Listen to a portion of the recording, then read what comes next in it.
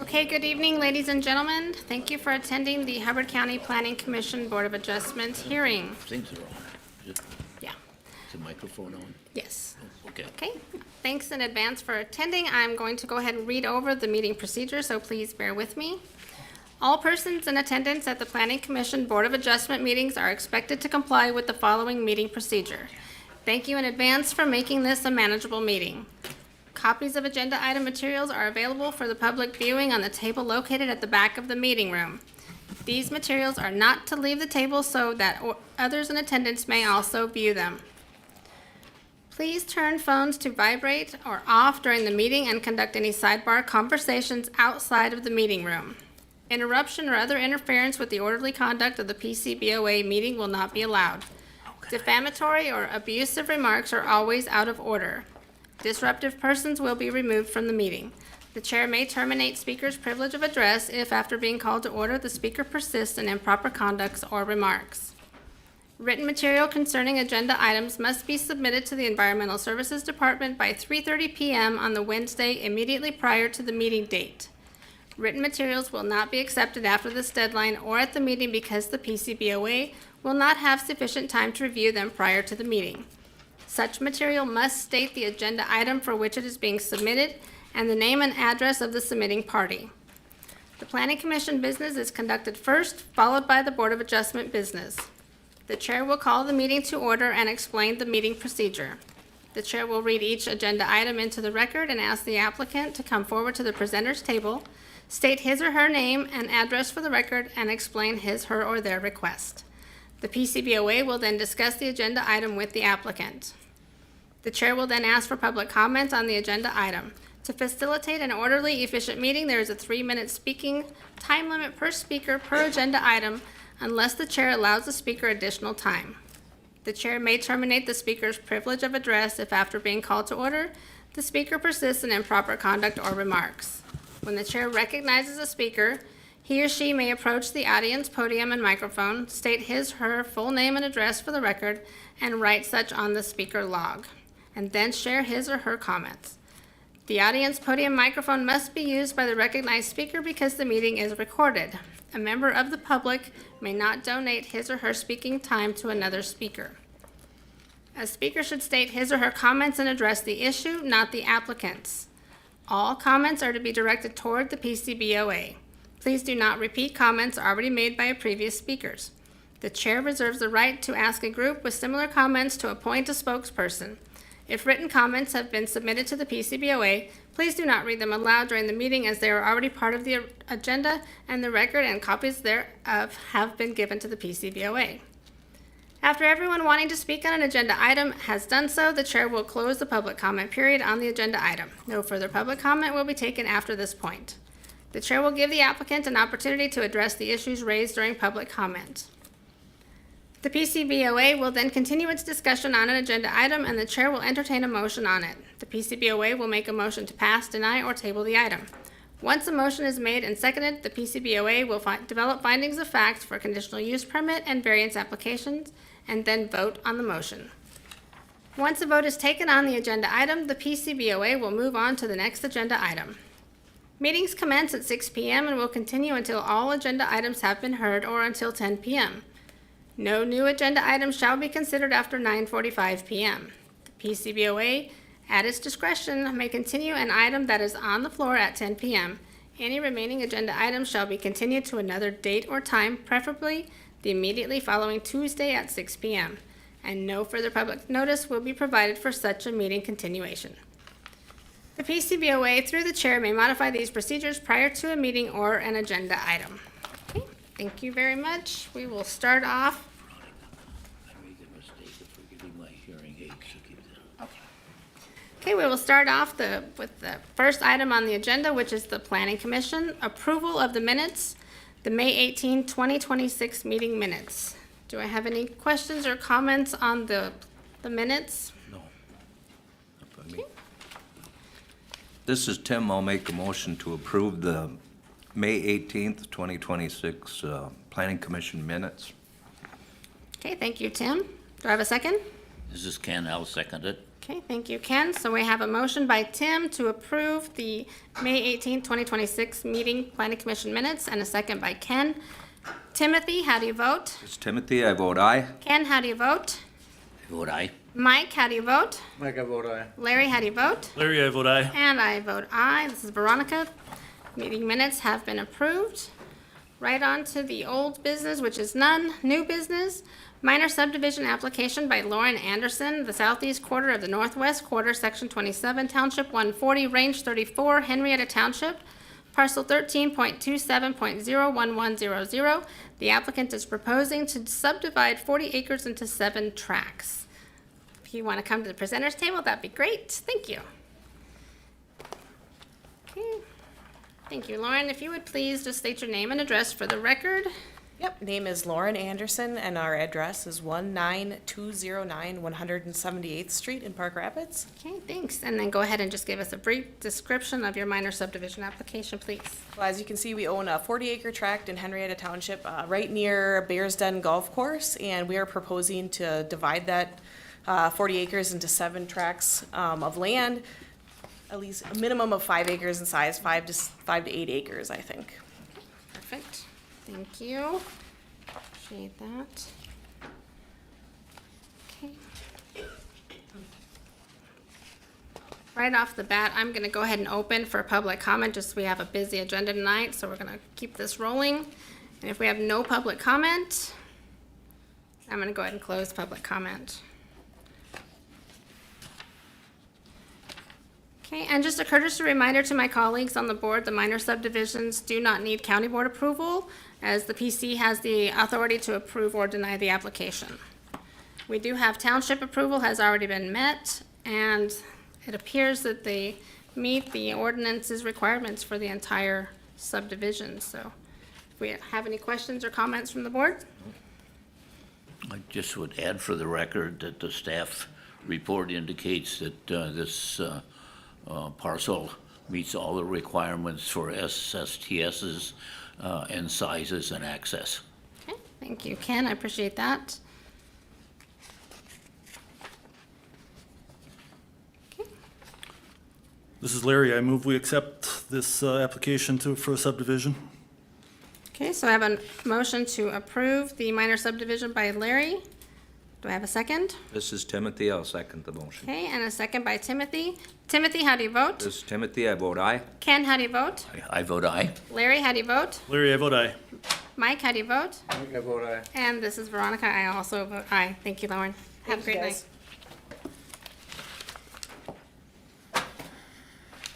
Okay, that concludes the Planning Commission business, so we're going to move on to the Board of Adjustment, and we have the approval of the May 18th, 2026 meeting minutes. Do I have any questions or comments on the meeting minutes? This is Timothy. I'll make a motion to approve the Board of Adjustment minutes for May 18th, 2026. Okay, thank you, Timothy. This is Ken, I'll second the motion. Okay, I have a motion by Tim to approve the May 18th, 2026 meeting minutes with a second by Ken. Timothy, how do you vote? This is Timothy. I vote aye. Ken, how do you vote? I vote aye. Mike, how do you vote? Mike, I vote aye. Larry, how do you vote? Larry, I vote aye. And this is Veronica. I vote aye. The minutes have been approved. Moving on to old business. Variance application 7-V-26 by Stephen Kinney, lots 23 and 24, Pinewood addition to Pine Haven Beach. Section 8, Township 139, Range 34, Hubbard Township on Long Lake, a recreational development lake, parcel 14.38.71900. The applicant is requesting a variance from section 702A3 of the Shoreland Management Ordinance for a proposed expansion of a non-conforming dwelling located in the shore impact zone. Okay, we have Mr. Kenny's authorized agent here. Go ahead and state your name for the record, please. Matt Henry, Okay, and your address? 17120 169th Avenue, Park Rapids, Minnesota. Okay, thank you, sir. And if you could go ahead and give us a brief description of your application tonight. We're planning to do an addition away from the lake on the backside of the cabin, as we talked during our site visit, approximately 10 feet back from the cabin, or 10 feet away from the lake on the backside of the cabin, and the entire width of the cabin. Okay, Your question while you were there, which was the reason I was supposed to be here last time, which I apologize for, was what was the height of the basement floor from the high water mark? Based on my math with the transom, I was at 2 foot 7 inches above the official high water mark. And so therefore, the only change I would make to what we discussed was I would basically have a step up in that new addition basement so that we were 3 feet above the basement, or 3 feet above the high water mark. okay, thank you for the information. Just shooting for exactly a 5-inch lift, or, So I'd go with 7, 7.5, do just a standard step. It's gonna be like 3 foot 1.5 or something is what it'll end up being above the high water mark. okay, wonderful. Yep. So we'll do just one standard step, but what I was at was 2 foot 7, so I needed at least 4, whatever that is, 5 inches, basically. So, Eric, do you have documentation to the effect that that's what the measurements are? We've not received anything in writing, so all we have is Mr. Henry's verbal statement this evening. I can send it in an email, I guess, He does not. whatever you guys need. Okay, okay, the applicant said he does not, or Eric has not received anything in writing. So at this time, without that information in writing, and it changes things a little bit because it changes the height of the structure and other things, is that gonna be correct or no? Nope. No? Does not change Just the height of the inside. structure at all. Okay, do you need any further documentation this evening, Eric, if we were to move forward? No, he's given you what the board Okay. asked at the April meeting. Okay, thank you, sir. Okay, I'm gonna go ahead and open for public comment. And seeing no public comment, I'll close public comment.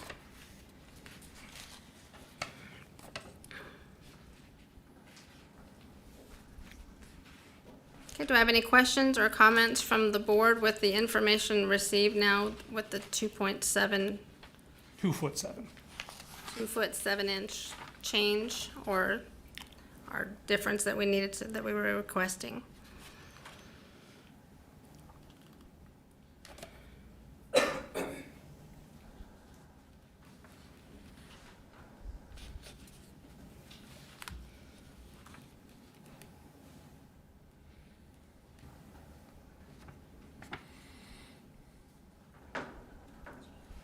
Eric, the fact that the existing basement doesn't meet the 3 feet doesn't come into play. We're only dealing with the addition. Correct. Okay.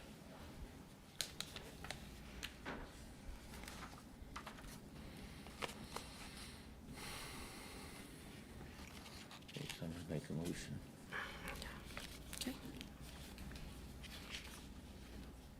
This is Mike, that rear door too. Did you come up with a plan for that? Because that's kind of below grade. What we discussed while we were there was basically we were going to slope the grade around that door. We'd have a couple of small retaining walls just to get into that door.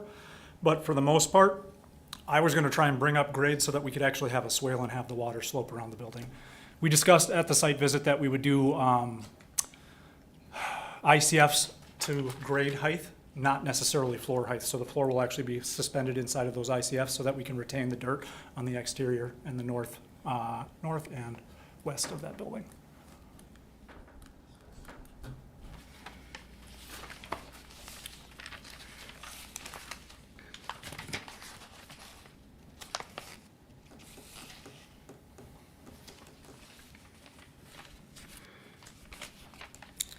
This is Veronica speaking, and just wanted to comment, having an interior set of stairs to access the basement is reasonable. I'm not sure how the board feels with this additional information that we've received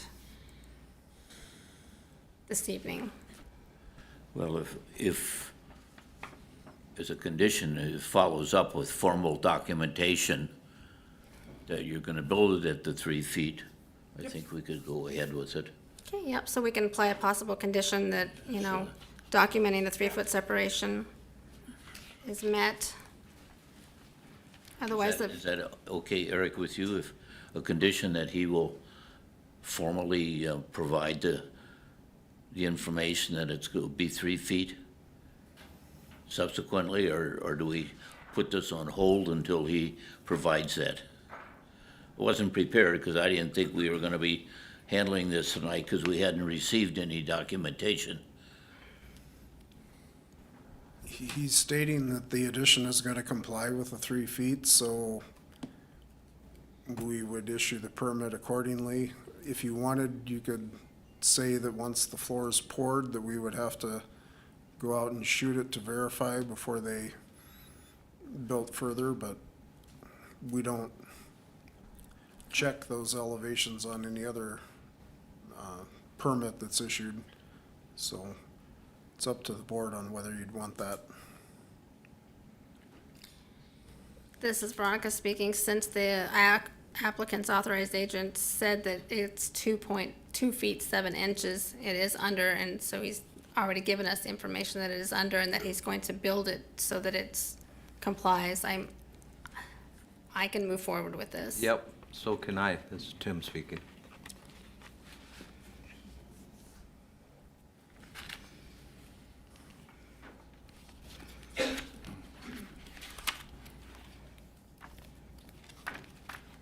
This is Larry. We went over things pretty well at the lot view. I believe you had explanation for the runoff and everything would be controlled. I would move that we accept this variance. Okay. Okay, I have a motion to approve the variance application. You want to take care of the findings of facts? We'll take a shot at it, yeah. Okay. Okay, for number 1, is the variance in harmony with the general purposes and intent of the official controls? I've got yes, the runoff will not change significantly off the house, and it will also be controlled with gutters and stuff, as you stated. And the change to the structure is reasonable. For number 2, is the property owner proposing to use the property in a reasonable manner not permitted by an official control? I also put yes. The addition is away from the lake. The addition is away from the lakeside and should not have impact on the lake or any of the neighbors, and is a reasonable request to make the home more usable. Accept staff's findings of facts for 3, 4, and 5. I think on number 2, Larry, if you want to maybe possibly add having those interior set of stairs to access the basement is reasonable as well. That is a very good addition, yes. Okay. Okay, I have a motion by Larry to approve the application, creating findings of facts for number 1 and number 2, and adopting the staff's findings of facts for 3, 4, and 5. Do I have a second? This is Mike, I'll second that. Okay, and a second by Mike. Timothy, how do you approve? This is Timothy. I vote aye. Thank you. Ken, how do you vote? This is Ken, I vote aye. Larry, how do you vote? Larry, I vote aye. Mike, how do you vote? Mike, I vote aye. And this is Veronica. I also vote aye. The application has been approved. Please follow up with the environmental services for your land use permits and so forth. Appreciate it. Thank you. Thank you.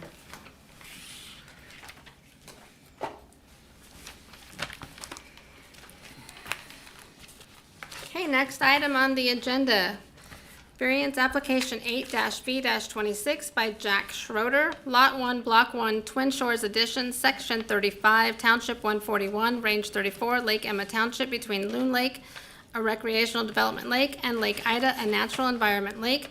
Parcel 16.93.00100. The applicant is requesting a variance from Section 701, 901, 902, and 903.3 of the Shoreland Management Ordinance for grading, vegetation removal, and enlarging a parking area in the Bluff Impact Zone. Thank you, Mr. Schroeder. If you could please state your name and address for the record. Jack Schroeder, 23180 240th Street, Nevis, Minnesota. Okay, thank you, Mr. Schroeder. And if you could go ahead and just give us a rundown again on the request here at hand. Well, I had submitted for 12 feet previously, and I listened to you as best I could, and hope that I made a reasonable request. Could you I pull feel, the microphone closer to it and speak into it? I feel like I'm making a reasonable request. Want to make the driveway 6 feet wider to the west and 2 feet wider to the east for a combined total of 22 feet. And that would allow for 2 vehicles to park side by side. It would allow for especially longer vehicles to safely enter and exit the property. It's very difficult because there's not room on the Loon Lake side for a shoulder. It's a tight turn with very little view. Okay, thank you, Mr. Schroeder, I appreciate it. Just for the record, I would like to state that the applicant was first on the April 20, 2026 meeting agenda. The board tabled the application to allow the applicant time to amend the application to provide all the requested dimension slope data. The board wanted the project area more clearly marked, a cross-section of the proposed grading on the existing approach that accurately shows the amount of material to be removed, and the slope would run down toward the road instead of toward the lake. And Mr. Schroeder did apply all of those requested comments, or like he had mentioned. I'm going to go ahead and open for public comment. Seeing no public comment, I'm going to close public comment. Do I have any questions from the board? Yeah, this is Ken. On the different times that we've met with you, you've described different types of uses, for RV turnaround, vehicle parking, storing of RVs or campers. Not storing, I've never said storing. Well, or parking them there. Right, Okay. it's going to be used, yes. The point I'm trying to get at, you do not intend to do any overnight occupancy of any RV or camper or anything that you park there? Not at this time at all, and if I did, I'd have to go get a permit, I would imagine, and go through the process. But no, I occasionally have parked my. Not at this time, isn't the answer is yes or no, because if you occupy it. I'm not occupying it. Okay, At at this any time. time. Okay, so you would be okay with the condition, if we approve this, that there can be no overnight occupancy of any? I've already stayed there before in a small camper. I don't see why I wouldn't be able to use my driveway. I have to clarify something. I have 2 lots.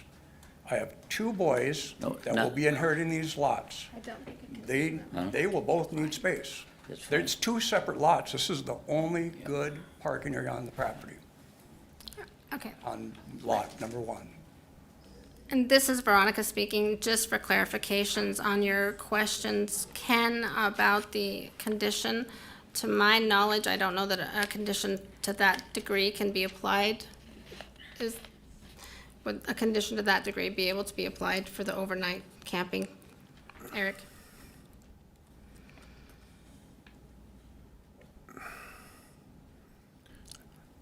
I'm not sure, but maybe I can address that question another way. The aerial photo is up for the property. The blue line indicates the rear lot line. And if, in order for a camper to be able to be placed there, it would need a variance because it would not be able to meet the 20-foot setback from the road right away or the 30-foot setback from the bluff crest. And this is Veronica speaking. At this time, could the I- only part that the applicant is requesting is the driveway removal of the materials. He is not requesting to place the camper there. So if he wants to place the camper there in the future, he would have to apply for a variance. Does that help you, Ken? Yeah. Okay. Can I ask a question then? In the past, there have been campers parked there, and that's not my intention, but what would be wrong with using my property to park something like that? Mr. Schroeder, in order to place a camper there, you don't meet the setbacks for the right-of-way or the bluff, at this time, your request is to only move the materials to expand your driveway for parking. You have not submitted a request to place a camper in that placement, in that position. Okay, I understand, you know. I have poor hearing and I didn't hear No that worries, first. no problem. Not a problem. So we don't need the condition, it's just understood that if he does, he has to get a permit. Variance, you Variance. said. Variance. Variance. Correct. Variance. Okay, but we don't have to put a condition on it. Correct. Okay. A variance is required no matter what because he doesn't make the setbacks to the road right-of-way or the bluff impact for the crest of the bluff.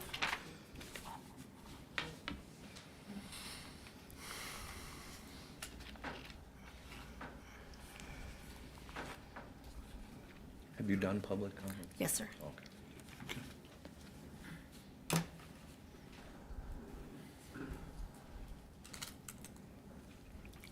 This is Tim speaking. Myself, I'm okay with it. I don't see it negatively affecting the lake. The runoff or run away from the lake. It is the only flat spot he does have on that for parking, so. Thank you, Tim.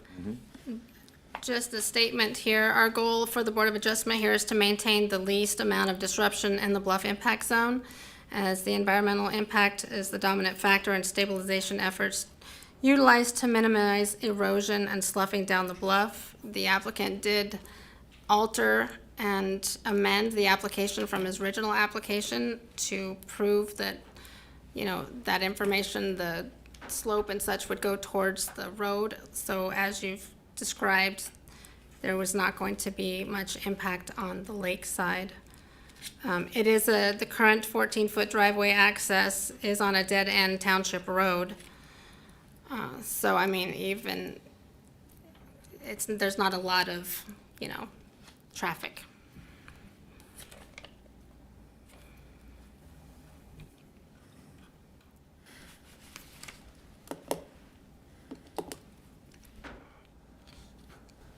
This is Larry. I agree that the amended application is much more doable, a lot less product being moved, and to ask for a level turnaround or temporary parking spot is reasonable, I believe. You ready for a motion? Yes, sir. This is Timothy. I'll make a motion to approve variance application 8-V-26. Number one, I'm gonna answer the findings of facts that are unanswered. Is the variance in harmony with the general purposes and intent of the official controls? Yes. The excavation will not negatively affect the lake. The runoff will flow away from the lake. Number two, is the property owner proposing to use the property in a reasonable manner not permitted by an official control? Yes. A flat, wider access to this property is reasonable for the use of backing in trailers, boat trailers, whatever he needs to use it for a day. And because there is no other flat area in this because of the bluff, that's why. I'll adopt number 3. And number 4, will the issuance of the variance maintain the essential character? Yes, the essential character of this area is made up of seasonal and year-round residences. And number 5, I adopt the staff's. Okay, thank you. I have a motion by Timothy to approve the application as presented on the site plan, the amended site plan. And he provided the findings of facts for numbers 1, 2, and 4, adopting 3 and 5. Do I have a second?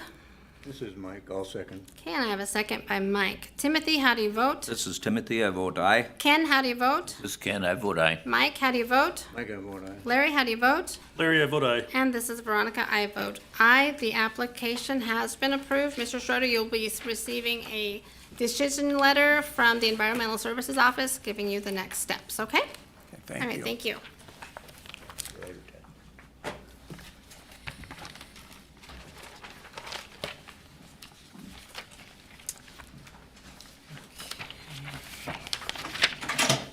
right.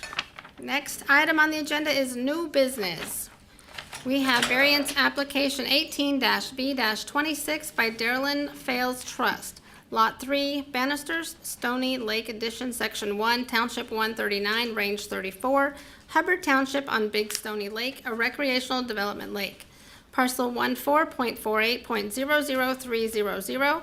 The applicant is requesting an after-the-fact variance from Section 702A.1 of the Shoreland Management Ordinance for an addition to a non-conforming dwelling that has increased the structure's ordinary high watermark setback non-conformity.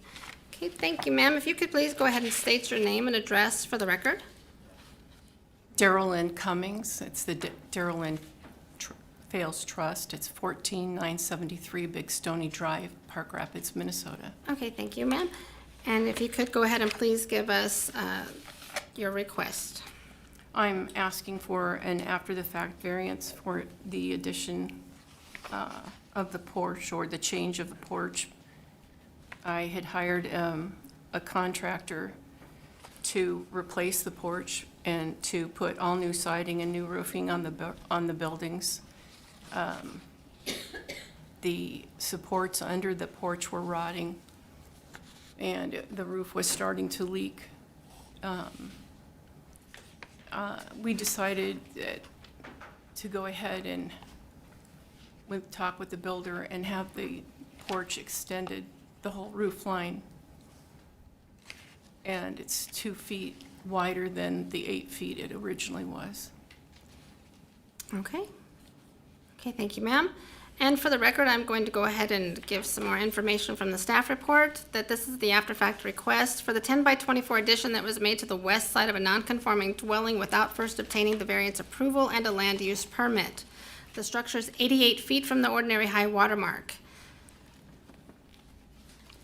A smaller enclosed porch addition was replaced by the 10-by-24-foot addition, and because of the dwelling's orientation to the shoreline comes in towards the house as one moves from the east side of the dwelling to the west side of the dwelling, thus the addition being closer to the ordinary high water mark than the existing dwelling. Violated Section 702A.1, which doesn't allow that addition to a non-conforming structure located outside the shore impact zone. And the addition would make the structure more non-conforming in regards to the ordinary high watermark setback. I'm going to go ahead and open for public comment.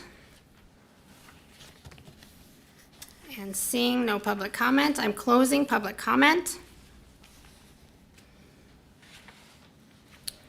I did not attend lot views with my colleagues. I went on my own.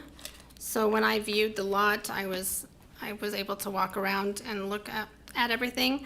Do you propose to put guttering on your property, on this? No. I mean, I've never had any guttering. Okay, just since you're in the shore the shore impact zone, that was one possible condition if we move forward that I would like to place on there, because you don't have, that way stormwater will go away from the lake instead of towards the lake. Would you be open to that? Yes. Okay. Mainly between the stormwater being directed between I don't know if you have a guest cottage there. Is one of those buildings a guest cottage? Yes. Okay, so between the guest cottage then and the garage, is there only one guest cottage or is there two? There's only one. Okay, there was another little building beside the garage. I wasn't sure what it was because it has a storm door on the one side, so. That's the guest cottage. The one closest to the lake? Yes. Okay, the second building behind that, right next It's to. a garage. Okay, and then you have another garage? Yes. Okay. I wasn't sure about the middle one because it had a side door entrance, so I thought maybe it was a guest cottage. No. Okay.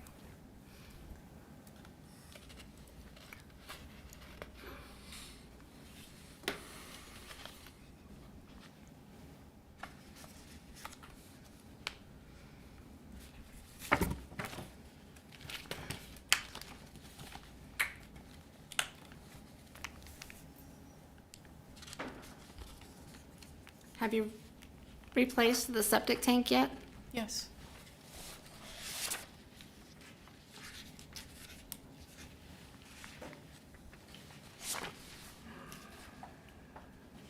It was done on the 11th.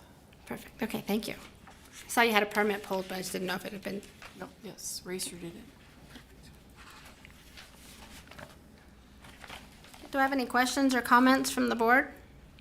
This is Ken, just a comment. The expansion is a minor expansion, and logically, just an extension of the current cabin. What causes the difficulty is that the shoreline is not parallel to the cabin, and so that one little corner becomes a little more non-conforming, and that's what's required, the variance. But it's a very minor impact. Okay, thank you, Ken. This is Veronica. I agree with that. If anybody's prepared for a motion, I would just suggest, since the applicant has agreed, guttering be installed on the structure just to direct the stormwater between the guest cottage and the garage.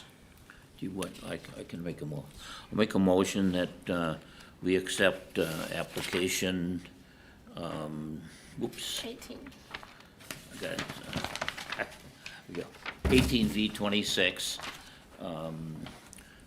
accept the application of the variance. Item 1 is the variance in harmony with the general purpose and intent of controls. So yes, the official controls intent is to preserve setback from the lake.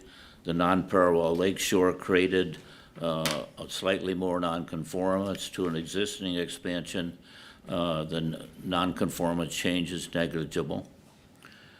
2 is the property owner proposing to use it in a reasonable manner, not permitted official controls. Yes, a small addition to an already small structure is reasonable. And 3 is the need for a variance due to circumstances unique to the property, not created by the current or property owner. Yes, the lakeshore angle creates the increased nonconformance. Expansion was in line with the existing structure. And we'll accept the staff's comments for number 4 and 5. Okay, thank you, Ken. Do you want to throw in that condition, that the guttering be installed on Oh, structures? yes, you can add that to it. Okay, Ken. Okay, so I have a motion by Ken to approve the variance application as per, or the after-the-fact variance application as per site plan, and with the condition that the guttering be installed on the structure and stormwater is directed or diverted between the guest cottage and the garage. And he created findings of facts for 1, 2, and 3, and adopted 4 and 5. Do I have a second? This is Timothy, I'll second the motion. Okay, and a second by Timothy. Timothy, how do you vote? This is Timothy, I vote aye. Ken, how do you vote? This is Ken, I vote aye. Mike, how do you vote? Mike, I vote aye. Larry, how do you vote? Larry, I vote aye. And this is Veronica. I vote aye. The after-the-fact variance has been approved. Thank you. You'll be receiving a decision letter from the Environmental Services, but I also still need you to be sure to get those gutters on there, please. No, that's fine. Thank you. I appreciate it.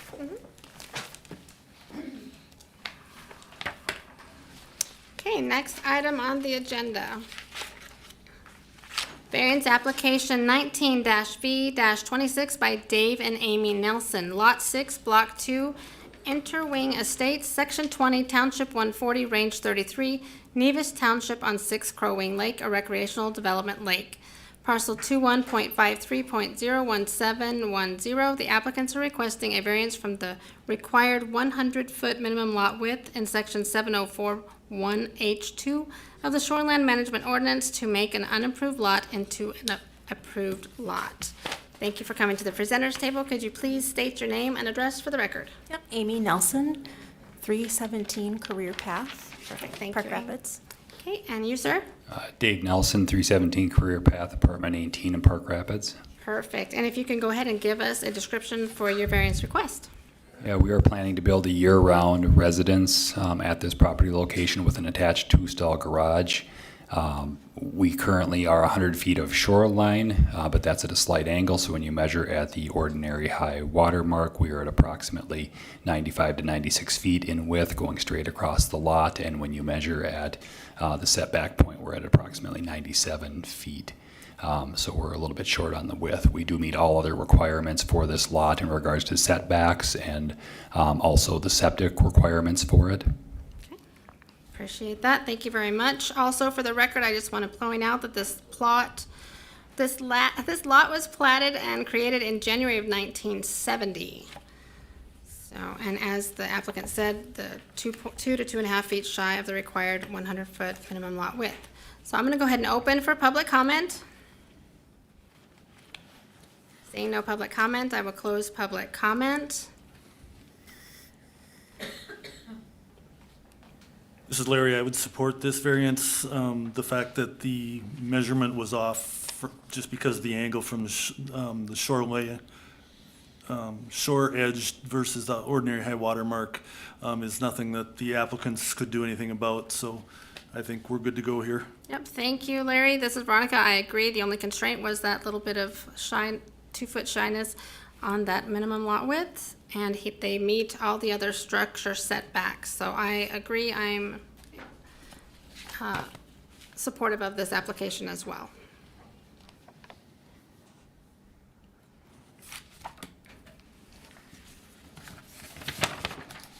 Okay. I'm just going to go ahead and move along if we don't have any other questions or comments. And I will make a motion to approve the application as stated per site plan for variance 19-V-26 and adopt the staff's findings of facts. This is Tim, I'll second the motion. Okay, thank you, Timothy. I have a motion by myself to approve the application and adopt the staff's findings, second by Tim. Timothy, how do you vote? This is Timothy, I vote aye. Ken, how do you vote? This is Ken, I vote aye. Larry, how do you vote? Larry, I vote aye. Mike, how do you vote? Mike, I vote aye. And this is Veronica. I also vote aye. You will be receiving a decision letter from Environmental Services with your next steps for the proper permits, okay? Thank All right, you. thank you very much.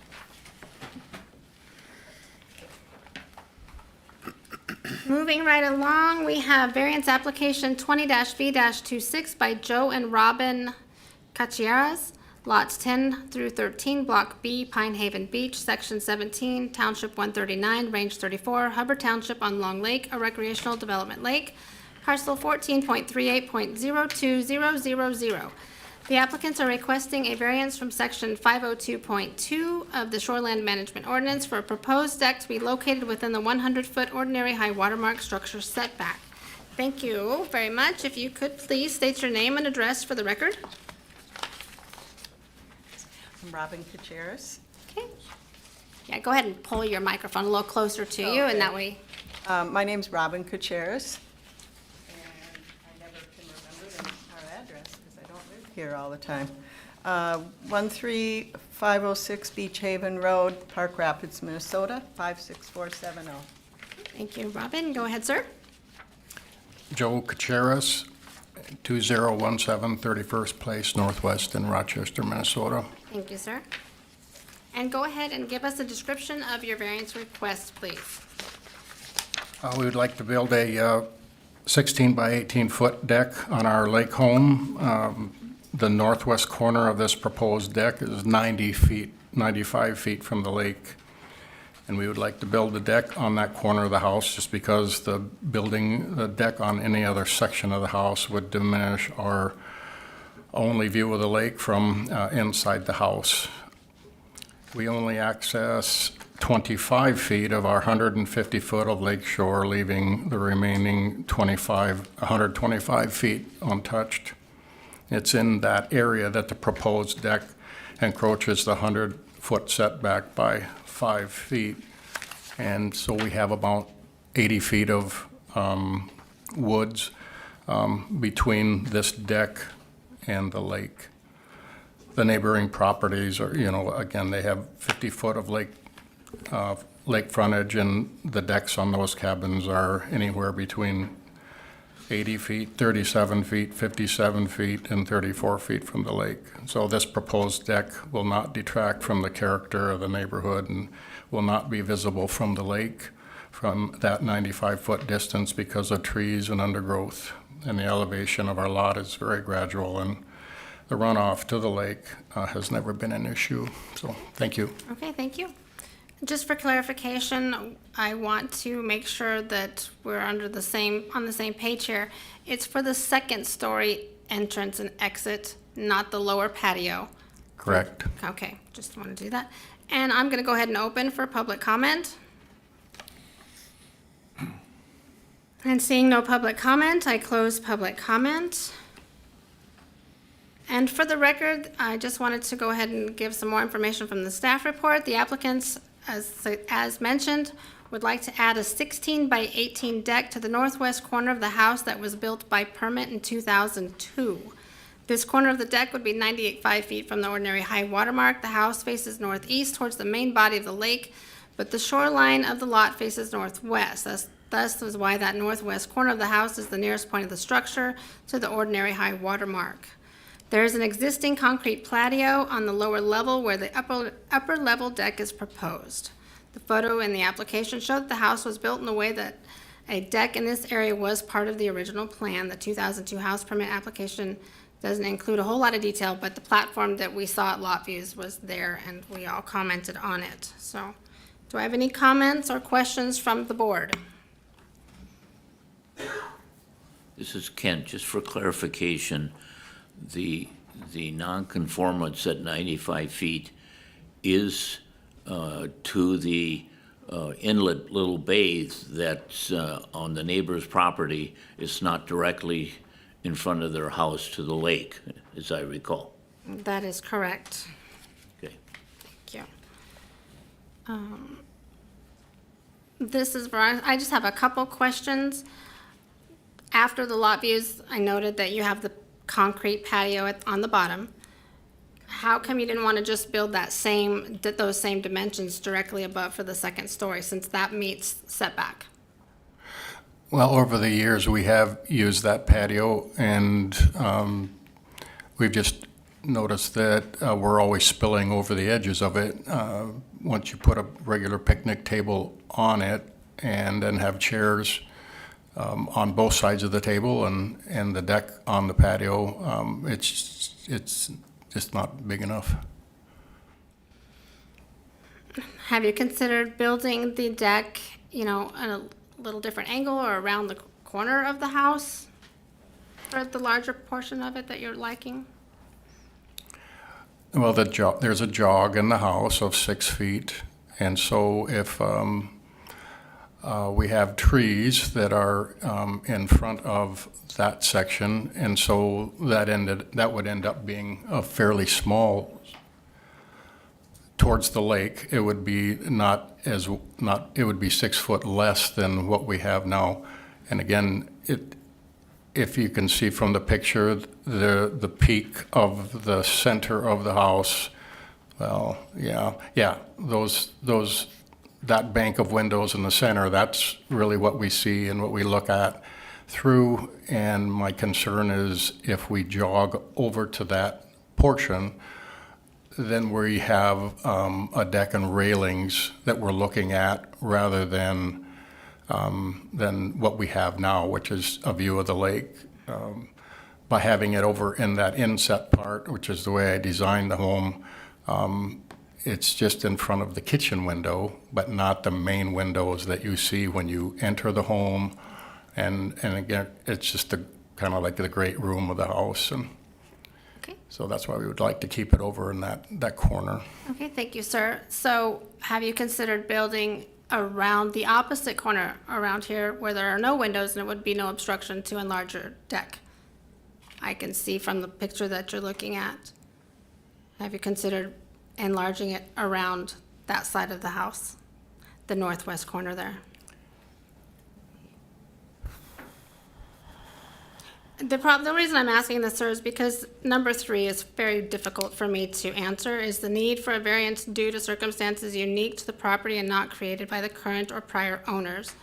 Because you have a lot of option to be able to build it by permit. And allowing you a variance to build it 16 by 18 and over the ordinary higher watermark is hard for me to approve. Because you have options to meet setbacks. Eric, is there any way with your computer skills that we could see what size deck, if it was like 16 by 14 instead of 18 by 16, is there any way we can look at what would meet the 100-foot setback, whether it's significant, or how much of a corner you could cut off and meet it? Still give them the room for little movement around on the deck? Not with enough precision. It's not able to do it. Because I'm thinking that if you cut 2 feet off on each side, that isn't a big change. That probably would be pretty close to meeting the 100, but it's hard to tell. You know. This is Tim speaking. I agree with Veronica. I cannot answer the findings of facts to support a decision for approval. So, when there's options to be done by permit. Right, and especially because it can go around either side of, they're just buildable options by permit, so I have a hard time with number 1 and number 3. My only add or comment to that, typically if we would give a variance like this, we might look for a mitigation. I think it's reasonable to understand that 125 of the 150 feet of shoreline is already heavily buffered, so it's well protected. I'm not sure that tiny little corner, I don't quite know how to answer 3, but that tiny little corner should have absolutely no impact on a neighbor or on the lake. So at least put that up for discussion. Sure, yeah, thank you, Ken, I appreciate the offering the information. However, there's still permittable options. So, and I agree that there's no erosion issues and such, but because there are permittable options and they can build a large deck wrapping around, there are many wraparound decks all across the lake. And the applicants during the lot view mentioned that they would use the same railing and rails and the wires. So the vision part for me, it's not going to be obstructed either, because that's a very minimal, those with the rails and the wires, that's very minimal impact on their vision. This is Mike. How deep is the lower deck? Is that 12 foot? I think it was 12. It's about 12, It was like 12 feet, I think we measured, didn't we, Tim? You and I? Yeah. It was 12 feet instead of 18. Well, yeah, I can see the signs.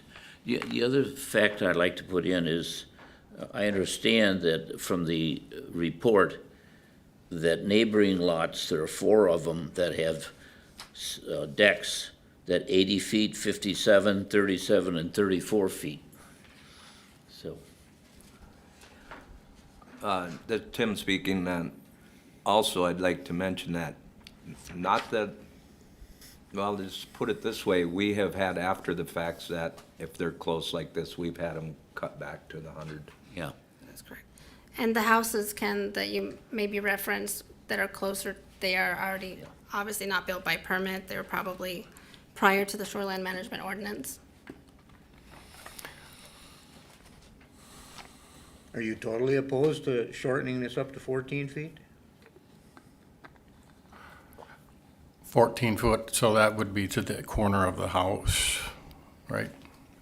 But the one map I got here says it's 96 feet from the watermark. Right. I mean, then you'd be right there.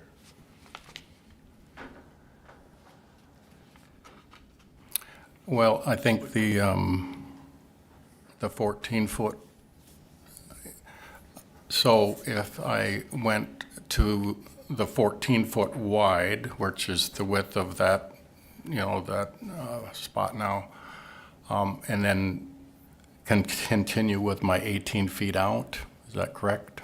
Is that what you're thinking, You were Mike? 16 feet wide here if you went 14 feet out. Oh, so instead of 16 by 18, you're saying 16 by 14? Correct.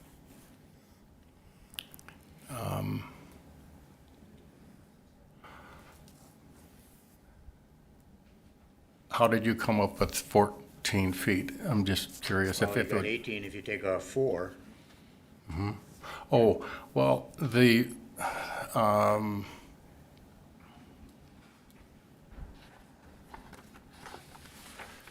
I guess it's getting pretty close to, because that measurement is taken at an angle as opposed to straight on, I'm not sure how to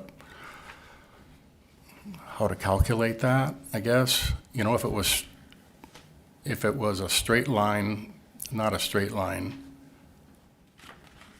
if it was parallel to the lake shore, then I would understand the 4-foot thing.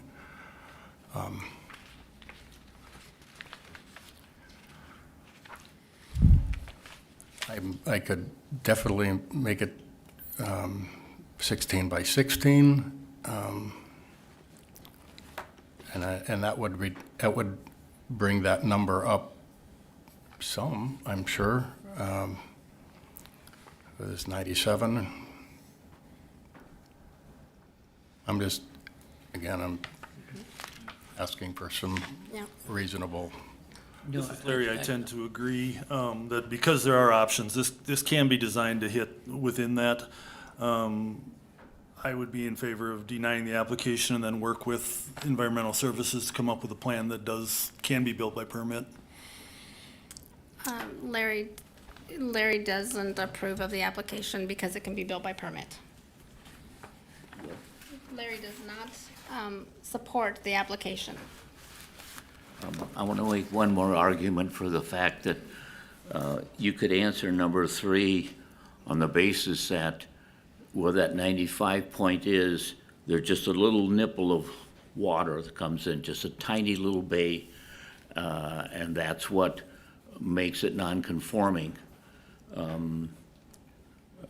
which is an unusual, what I would consider a practical difficulty that has to do with the topography of it, and that's what's penalizing him. Other than that, the shoreline buffer he has, and the rest of the conditions would seem reasonable. So I'm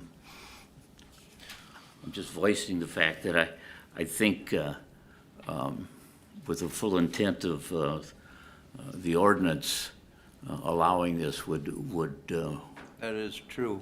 be acceptable. I mean, you see that just that little Yep. tiny little bay. Yeah, I If did not- If I it did weren't for not look that, at and if you that. go look at it, it's kind of manicured, like maybe it isn't even naturally that good.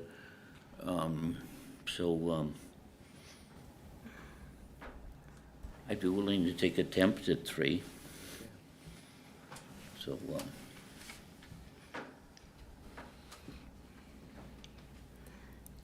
I think I'm gonna make the motion. Okay, go I'm ahead. gonna make a motion that we accept application 20V26.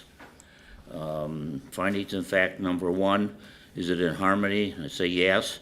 The lot is large compared to neighbors and has 125 feet of shuffled borderline of shoreline buffer, which mitigates the minor nonconformance. The small incursion has no effect on the lake. Accept the staff report for 2.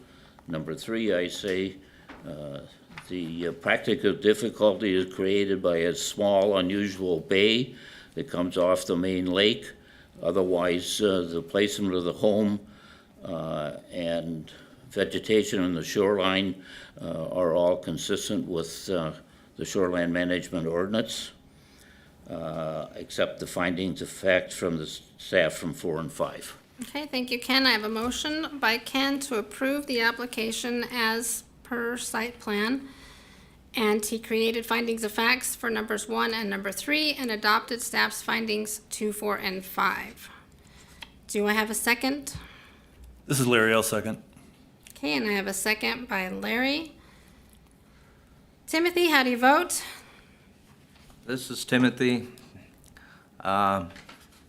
Based on new evidence Ken has revealed on that little corner, I will change my position to vote aye. Ken, how do you vote? Ken, I vote aye. Larry, how do you vote? Larry, I agree with Tim. I also did not notice that right away. Good catch, Ken. I vote aye. Mike, how do you vote? Mike, I vote aye. And this is Veronica. I also agree. I vote aye. Your variance application has been approved. You'll be receiving a decision letter from the Environmental Services Office and follow up with them for your next steps for your land use permit. Appreciate it. Thank you Thank so you. much.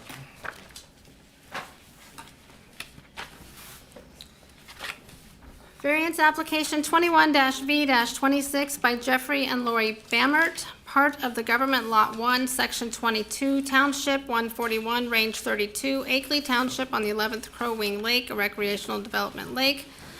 Parcel 01.22.00300. The applicants are requesting after-the-fact variances from Part 1, Section 502.2 of the Shoreland Management Ordinance for an accessory structure located within the 100-foot ordinary high watermark setback, and Part 2, Section 502.2 of the Shoreland Management Ordinance for a platform located within the 100-foot ordinary high watermark setback.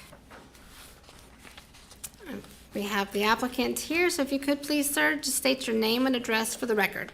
Home address or address up here? A home address, please. Jeff Bammert, 59324 State Highway 30, Mapleton, Minnesota. Okay, thank you, sir. And go ahead and give us a rundown of your variance request here, please. I have a 22 by 8.5 foot patio, paver stone patio, within the ordinary high water mark, and then 7 by 7 poly shed from Menards that I put up on an old foundation. And then in front of that shed, I'd like, if I could, 4 foot by 6 foot pavers again, just to enter the shed. All right, thank you, sir. And for the record, I'm just going to have some statements here. Part 1, as the applicant mentioned, is 7 by 7 poly shed that is 30 feet from the ordinary high water mark. And Part 2 is an 8 foot 5 inch by 22 foot paver platform that is 40 feet from the ordinary high water mark. The lot is only 100 feet wide and 138 feet deep at the midpoint and quite small, 13,930 square feet. And the Hazel Road runs along the side of the lot, is a township road, and the 20-foot road right-of-way structure setback applies as well. So we've got a couple different overlapping setbacks for them to meet.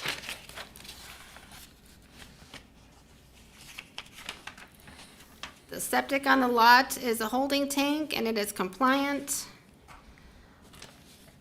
And as I mentioned, we have the overlapping setbacks, so any structure is going to require a variance for either or both of these setbacks.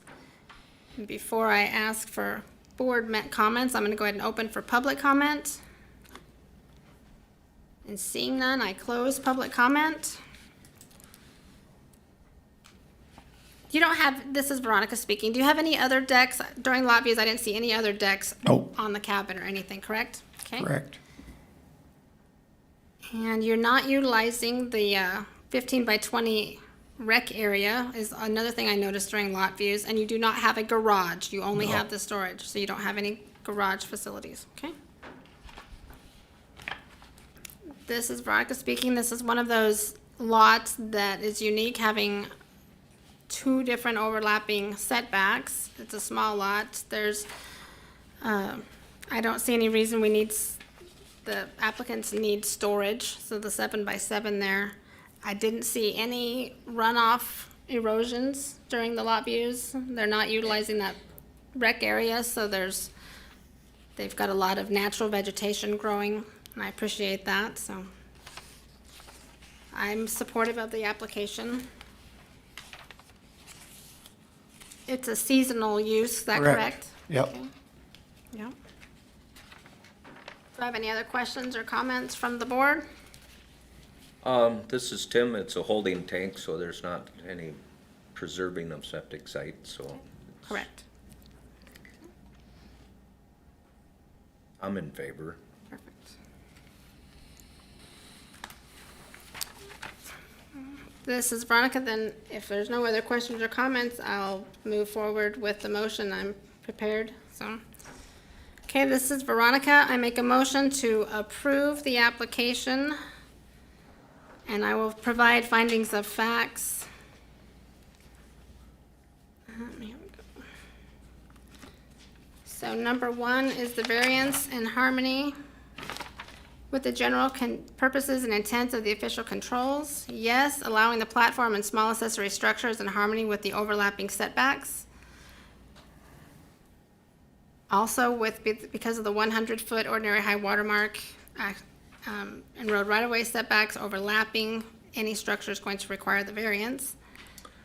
Also, if I may, this is Timothy speaking, we had a foundation that was clearly predating our ordinance underneath that shed. That is true. That is correct. And the lot is well buffered. Very well buffered. Number 2 is the property owner proposing to use the property in a reasonable manner not permitted by an official control.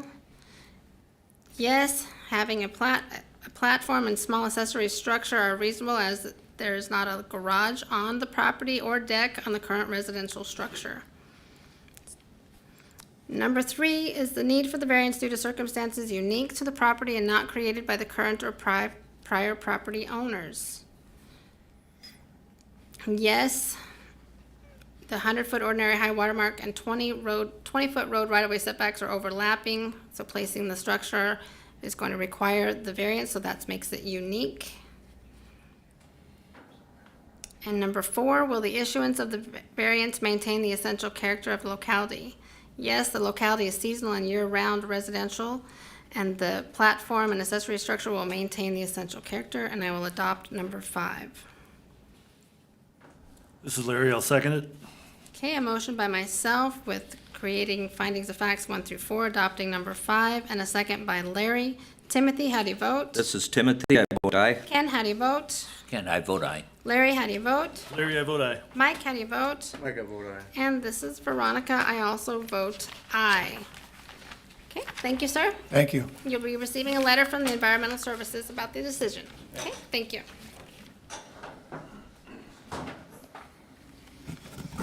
Cooking right up. This one's a void of my education. Variance application 22-B-26 by Mitch Rosendahl, part of Government Lot 3, Section 13, Township 141, Range 34 on Lake Emma Township. A recreational development lake, parcel 16.13.01710. The applicant is requesting Part 1 and after-the-fact variance from Section 801.2 of the Shoreland Management Ordinance and Article 5, Section 1.02 of the Subsurface Sewage Treatment System for a septic tank located within a 10-foot setback from a dwelling, and Part 2, a variance from Section 801.2 of the Shoreland Management Ordinance, Article 5, Section 1.02 for the septic for a proposed addition to a dwelling that will not meet the required 10-foot setback from a septic tank or the required 20-foot setback from the septic drain field. Okay, thank you so much. Can you please state your name and address for the record? Joe Ellen Rosendahl at 21118 High Pine Lane, Park Rapids, Minnesota 56470. Okay, thank you so much. And you, sir? Brad, Lake 12468, 380th Street, Monaga. Okay, thank you, sir. And go ahead and state your request, please. We have a seasonal cabin that we want to make into a permanent dwelling and add a attached garage. The HVAC would also be located in the garage and then be ran through the trusses of the cabin. Okay, can you go ahead and move your mic? You can just pull your mic closer to you, please. Okay. That's perfect, thank you. Up close. Yeah, there you go. Okay.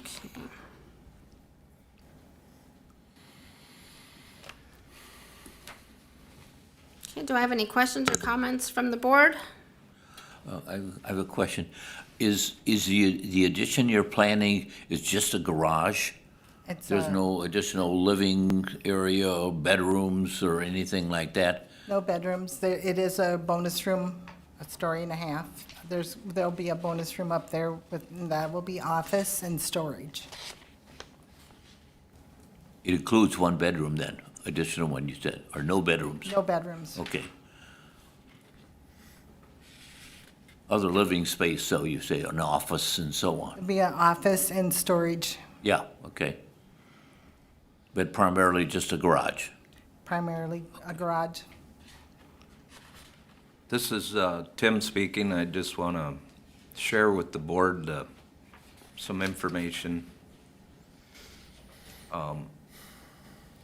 With your septic, the neighbor and you, your septic did have a compliance inspection that was compliant. With Al Winterberger. Yep. Yes. But that does not include the sizing, because that's not a part of a requirement of a compliant inspection. Okay. So the sizing, right now, your neighbor has 5 bedrooms and you have 2. Right. That's 7 bedrooms. So according to the state, the estimated gallons per day is 1,050 gallons if you were to use it. Right now, you have 270 square foot of drain field. To meet the sizing, it would have to be 870. So if you did a mound, the rock bed would have to be 10 by 87 feet long if it was a sand underneath of it, the right soil. So I'm looking at this, and any expansion for that septic along that edge, even if it had to bump into the driveway area edge, every square foot you have, in my opinion, needs to be preserved for the septic. When Al Winterberger did the septic inspection, he pulled the covers off the ends and they were dry. Oh. And They're I not know- working then because it's SB2 and they have water standing all the time. SB2 has standing water in them. That's the type of system you have. I don't know. Yeah. But that's what he said, that they look good and that they were dry. So, Thank you for the extra information, Tim. Appreciate it. I'm going to go ahead and open for public comment. Seeing none, I'm going to close public comment. And I agree, and I understand the septic information with the SB2. Some part of your drain field is not working properly if you have dry that's what, lines, just because unless there were some in there, but Right. he just SB said they looked really good. Sure, SB2 should have water I flowing through didn't them. see anything. I didn't look with Yeah. it. I'm sorry. No, that's fine, just those. Excuse me, that wasn't an issue, even dry Right. or not. It's really the sizing. Yep, and that's what I was gonna, the sizing is a concern. I have a couple comments during the lot views. I didn't see anything marked, as far as where the addition's going to be, where the drain field exactly is. I mean, we could see the caps, but we couldn't see where the drain field is, so I don't know where your addition is and aligning with the drain field that we currently have. So I would like, those are generally, we need to see those items. That's part of our lot views so that we can find facts and see exactly what's proposed with stakes and such out there, and there were none. And then where they're at relative to the septic and such. So I would definitely would have liked to see those. Do you have because he's mentioned the sizing and how much septic is necessary for 7 bedrooms that's currently with 2 for yours and 5 for the neighboring property. Do you have an alternate site plan for septic? As mentioned, it's very important. Okay. Shared septics are not too common. So eventually that drain field is going to come to an end, it's going to fail, or needs to be sized for one or the other generally. So I would definitely, I'm not able to move forward on this personally myself. I don't know how my colleagues are without having an alternate site for the septic and having all of the additions marked so that we could see them. And then again, even having the current drain field marked, property lines marked, and then the alternate. So I would be open to tabling the application for the applicants to do so. Otherwise, I would be denying. This is Tim. I would be okay with the part 1 of the septic tank that's existing too close without the addition. Where it's at right now. Okay. Because right now it's 2 feet too close. I'd be in favor of Retaining that. approving that, but I would be denying the rest. Any other comments from the board or any other questions for the applicants?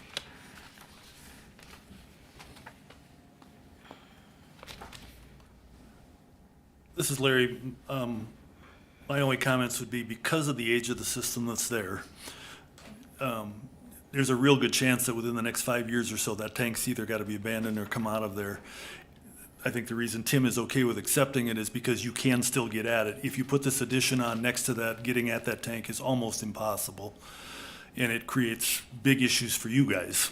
So a little bit, we're trying to protect you at this point by not getting that addition in there without having some other answer to the septic. So yeah, I think I could agree that I would go with part one, but part two would be either table it until we can get some more information or deny, Okay. because it's not real workable.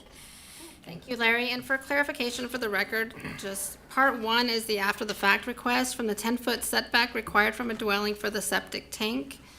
In 2002, the addition was made to the dwelling by a prior owner, and the permit application closed shows the septic tank relative to the proposed addition on the site plan, but didn't label the distance. But anyhow, so yeah, the owner at that time was supposed to ensure that 10-foot setback, and it wasn't. So I'm in agreement that we could move forward with part one as well.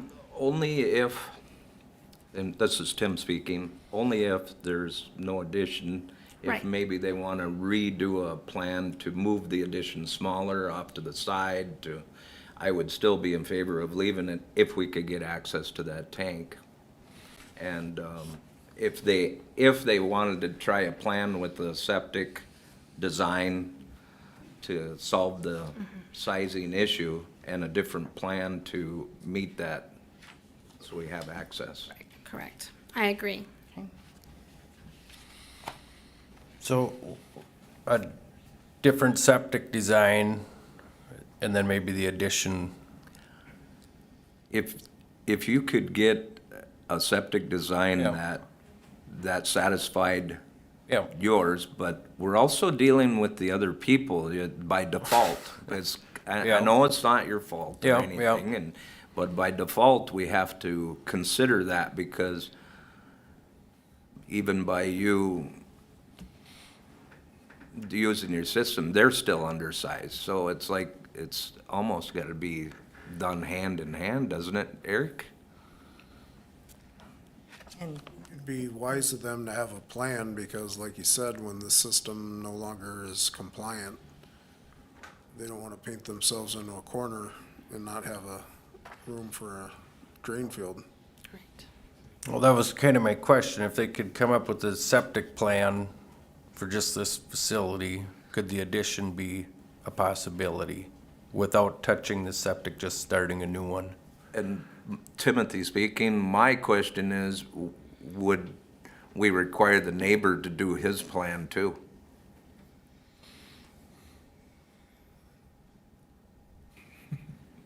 This is Veronica speaking. Eric, do we have any authority to require the neighbors to submit a plan? Since they weren't the applicant? Since they're sharing the septic, they're partially involved. Yeah, I don't know that we do. Ideally, the neighbors would have joined in on the application, but they didn't.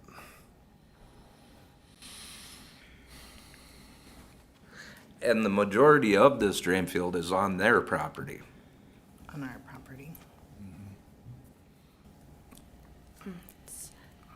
But they're the ones that need the drain field the most.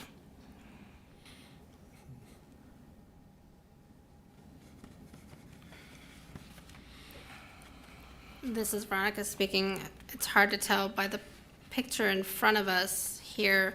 Two lines appear to be on the other side, but I don't know if those are all equal in length.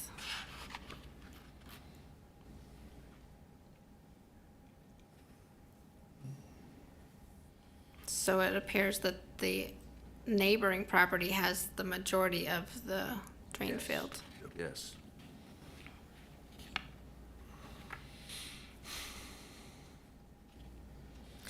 Yeah, this is Veronica speaking. I would be in favor of part one, as mentioned, with the conditions that no additions be on there, and that the applicants provide septic drain field information out for an alternate, and then mark all of your proposed additions and such before I can move forward for part two.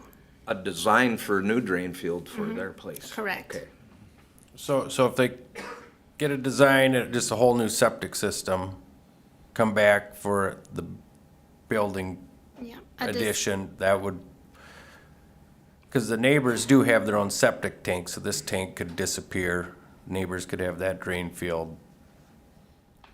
If you're going to try to leave that tank there, I would want the addition over, not right in line with, over, so there's an access to that. But if they're gonna put a new drain field, they might as well probably move the tank and everything to the other side of the building. That's gonna be a challenge. I mean, that's for a septic designer to deal with, It's but. gonna be a challenge, yeah. I'm a designer, so I was looking at it, and it's, Right. without knowing all the information, it can be done, I think, but I Yeah. don't know. And so this is Veronica, as you mentioned, so not only the septic designed for a new system, but an alternate system as well. Okay, and that's, you just gotta mention that too when you contact the septics, so you have an alternate site somewhere else for the future failings.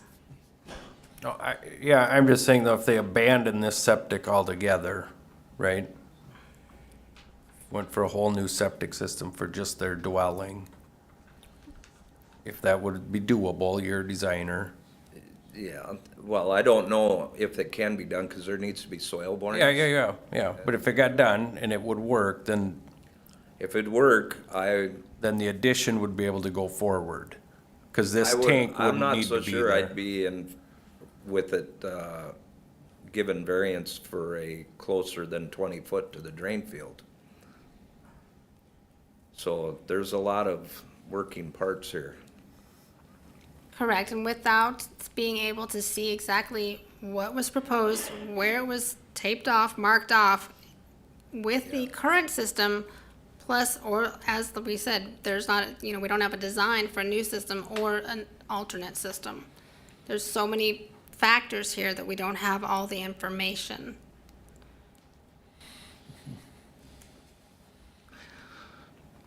I'm not gonna give the advice because I don't know how it will end, and I don't want you to spend money and come to that dead end. Well, that's why I'm asking now. Yeah, I'm I trying to don't ask some know. questions. Yep. So from the existing drain field, though, you're not gonna allow anything less than 20 feet.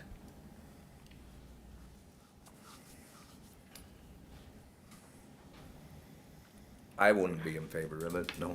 But we've done it, but we're just making something non-conforming more non-conforming, and we haven't been doing that historically. No, and that's not in harmony with the intent and the purposes, Right. general purposes.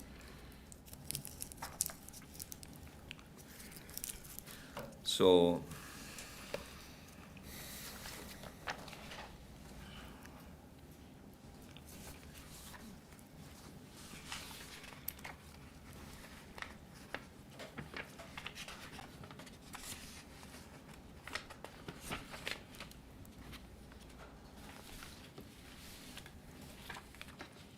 So, another question, Eric. The line that is on their property couldn't really ever be removed since they were sharing with the other people, because you'd be decreasing their sizing. So you couldn't remove that to even get over there with a new system for him. That's a valid point. So that has to remain regardless unless the opposite, the adjacent party has A plan, correct. yes. So this is Veronica speaking. I think tabling if we want to move forward and give them the opportunity to converse with their neighboring property, with the neighbors, and come up with a solution of new septics, or to be able to expand, and otherwise, we're kind of, Or we act on it tonight. Well, correct.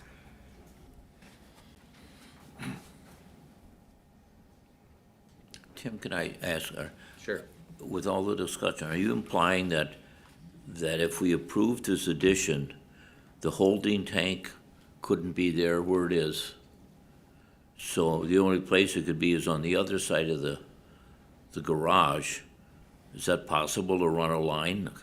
Would it have to be inside the house or the garage or under the garage that would run over to that side? Well, this is Tim speaking. I would probably guess not. Do what? I would guess not Oh, okay. myself, but it's possible. It depends on the plumbing, the depth, Okay.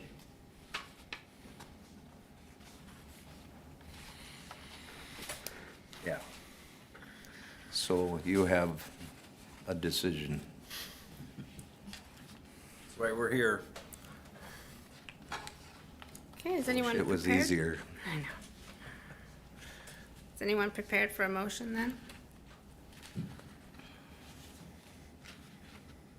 Are we looking at tabling, or are we? I mean, are you open to tabling so that you can get some information and visit with the? You know what you would look for. Yeah, first off, yeah. No, it's gonna take a bit. It's not gonna happen anytime soon. To do anything even. Right. Right, yep, so contacting the neighbors too, as far as septic goes.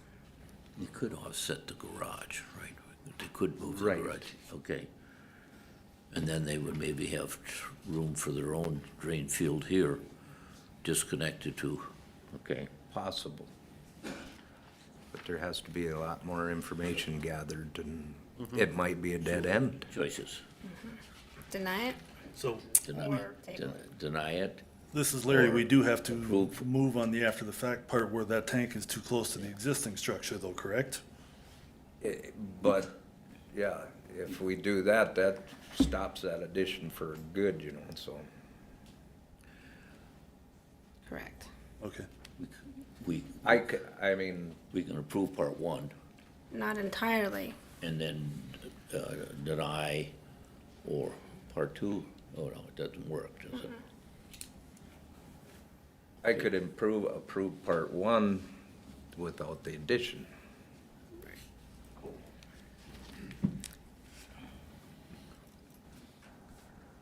Right, which is, Larry That would- speaking again, we have to do that to put them in compliance. But don't we? then we would have to make sure that there's a condition the addition doesn't go on, because we give a variance for him to leave it there, then he'd.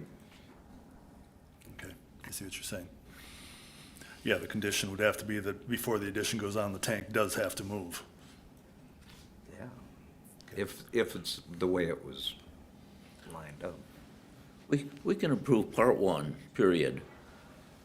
And then, that's it. And then if and when they want to do the addition, they could come back with a plan that would be acceptable from a septic and from a, addition standpoint, right? This is Tim, yes, and then, but there would be a new application, right? Because we would have to deny the second Yeah. part. Yeah, if you tabled it, the August meeting would be the latest that we could consider, Without an extension signed. right? He suggested table of the whole thing. He said August was the first, Oh. would be their meeting time. Okay. This is Veronica speaking. I think if the applicants are really looking into the addition and such, I would suggest tabling if.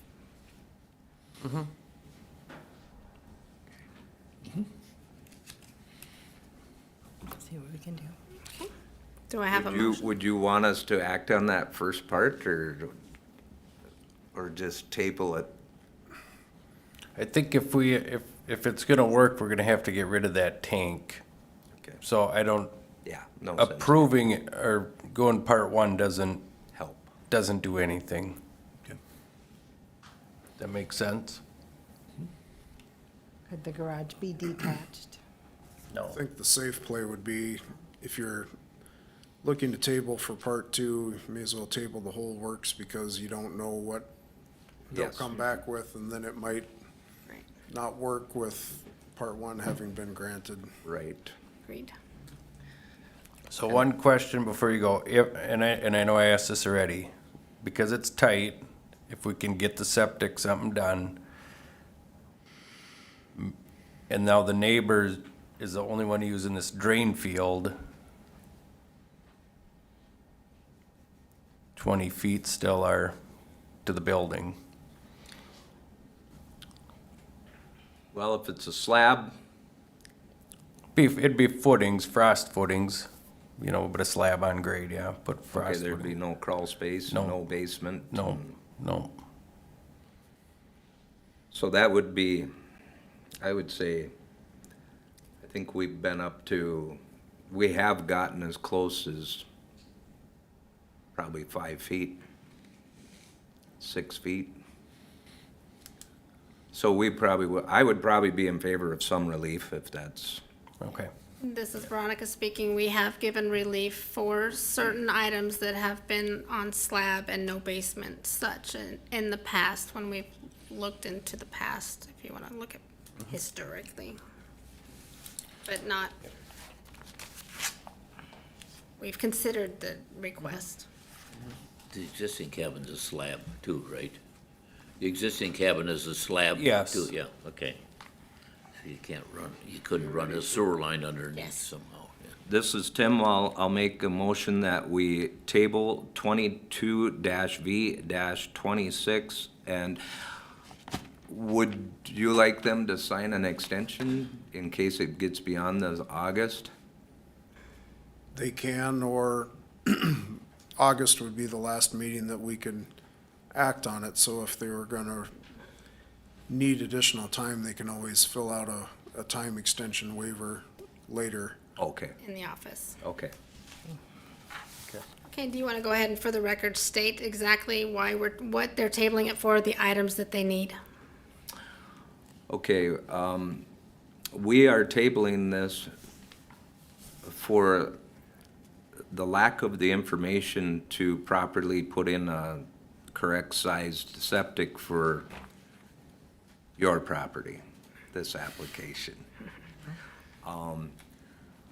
And also giving you time to make sure that the design, will fit once you get the designer done, to be the best we can to just keep the neighbor without being affected. Yep.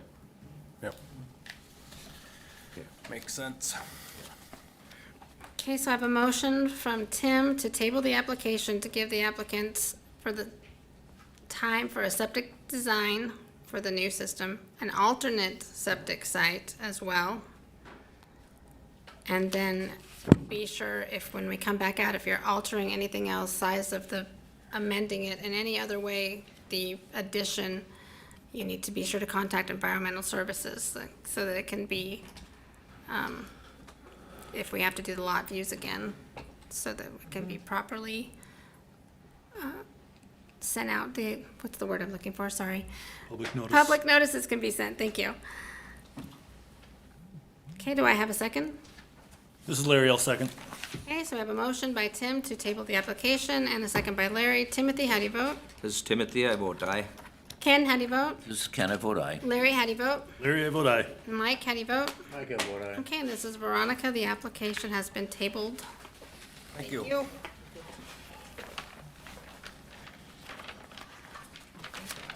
Struggling for a minute. Take it.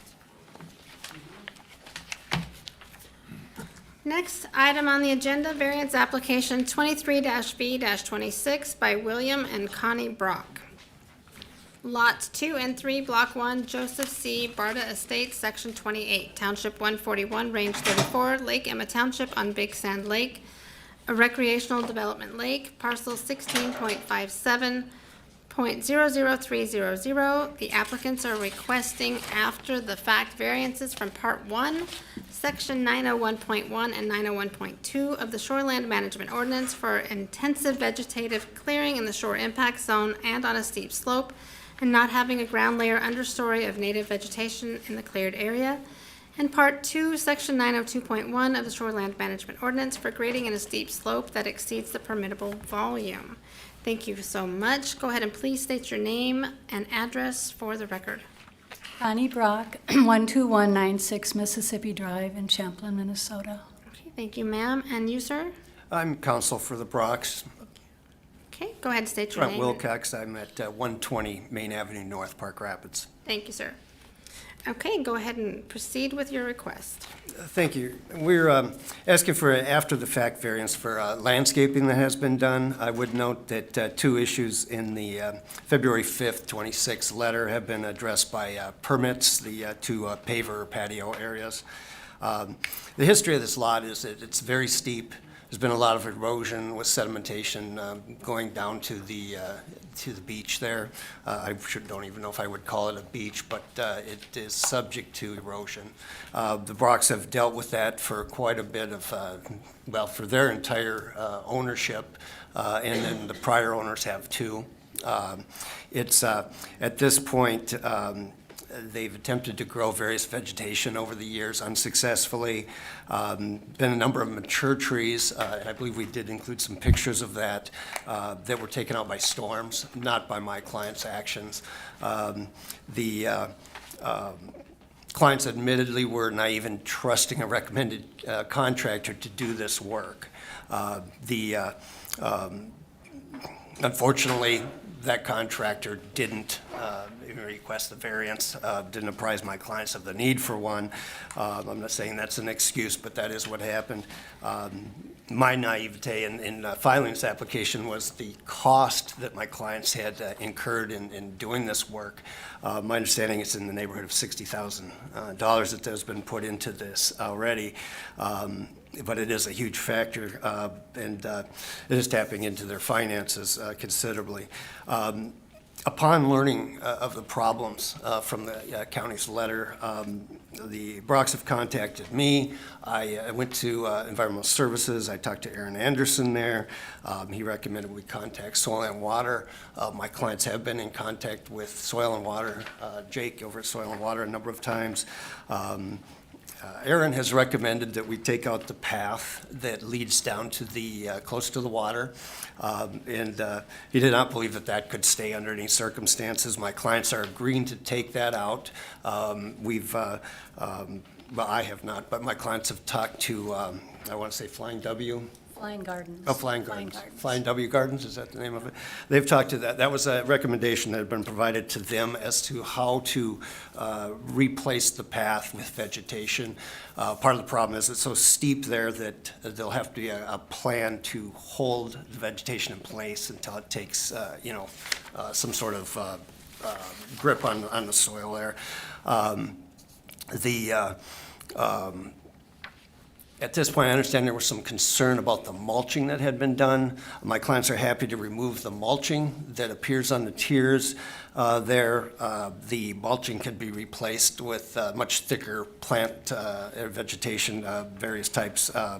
Again, we were thinking that Soil and Water would provide some recommendations as to plants that would perhaps be appropriate there.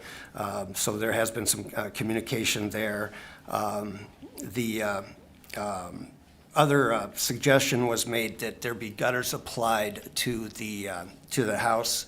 My clients are willing to, contact a contractor and see what they can do as far as gutters. That would maybe decrease some of the runoff from the house that would end up going down that slope again. My clients would really like to keep the terracing there and the rocks that hold that terracing in place. With that being said, the tiering, that could be done differently than it is now, because right now it's done with mulch. There's been some plants there that really put there for demonstrative purposes, and we could go ahead and have that much thicker on those terraces. But I do believe the terracing is really key to keeping the runoff. As you've seen, it's very steep there. I think without that, we're going to have continuing problems with keeping anything growing on there and keeping the sedimentation runoff. I guess I would open it up to any questions. Mr. Brock, Bill is in attendance, and along with the Brock son, Corey, too. Okay, thank you so much, sir. So it appears since we have part 1 and part 2, to go ahead and do them separately. That way we can provide findings of facts for each one. Are you guys all in agreement with that? Okay. So we will first go with part 1 of the application.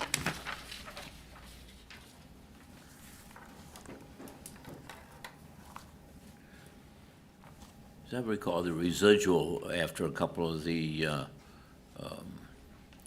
permits were granted for a few things, or 3. One is the road or path down has to be revegetated, and then there has to be a vegetation plan for the wood chip areas and for the grading.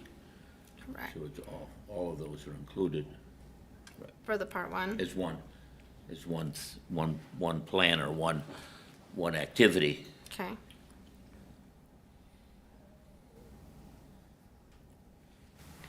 Can I ask a question? Who developed your revegetation plan, Exhibit B? My client had a friend who helped with that. My client had I believe it was a neighbor who helped with that, who seemed to have some expertise in it. That plan was then taken over to Soil and Water for them to review. I think they were a little bit confused as to what they were being asked. I mean, we're asking for not just the overall plan, but maybe some specific suggestions from them. This was done by someone who professionally, can I say it that way? Someone who's very knowledgeable about the type of vegetation? Well, we researched, our neighbor and myself, and we came up, the deep-rooted vegetation, buffalo grass. We just looked at what would work in our situation, and so that's what we came up with. And then Flying Gardens is coming out June 30th or July 1st now to help us proceed with the actual vegetation and what goes down on the pathway. I would note too So that your next step with that is to go to SWCD and have them review it? Is that your next step? Is that Soil and Water? Well, I tried for about a month. No, let me try. They, What we got tonight, which have had a lot of time to really dig in it, but in there you have a very detailed revegetation plan laid out, okay? Is that what you're proposing to us that we accept, or you're proposing that on the condition that it will be reviewed by SWCD? What are you proposing? So that was provided to Soil and Water. They didn't have any input on it. I don't know that they had a strong feeling one way or another. No, the question is, what's the next step? Well, I was hoping to get some contact. Soil and Water wanted some contact from Environmental Services to find out exactly what was being asked of them. But my thought is that the general plan is correct. Soil and Water would hopefully provide some specific vegetation, recommendations if they disagree with what my client has there, for example. Looks like a very good and very detailed and very appropriate set of vegetation based on my experience, so that's why. Okay.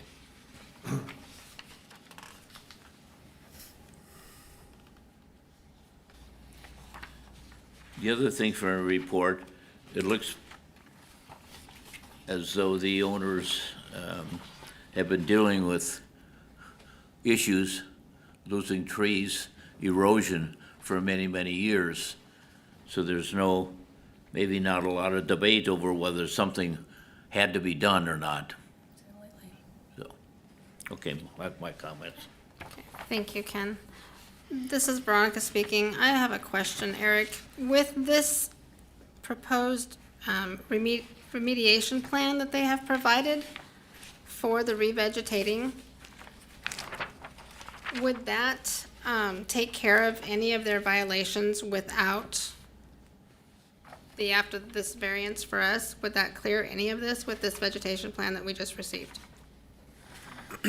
Yeah, so, excuse me, from what I'm hearing this evening, and I've heard before, is that the applicant is willing to revegetate the mulched areas. And if that's the case, then that really removes the need for part one of the variance application. So if they're willing to revegetate those areas, then I think part one could be handled by their stating for the record that they're withdrawing part one, and then it's only the second part with the grading in the soil that was moved and the retaining walls that were installed that the board would need to vet. Okay, this is Veronica speaking. Do you understand that, what Eric has just mentioned?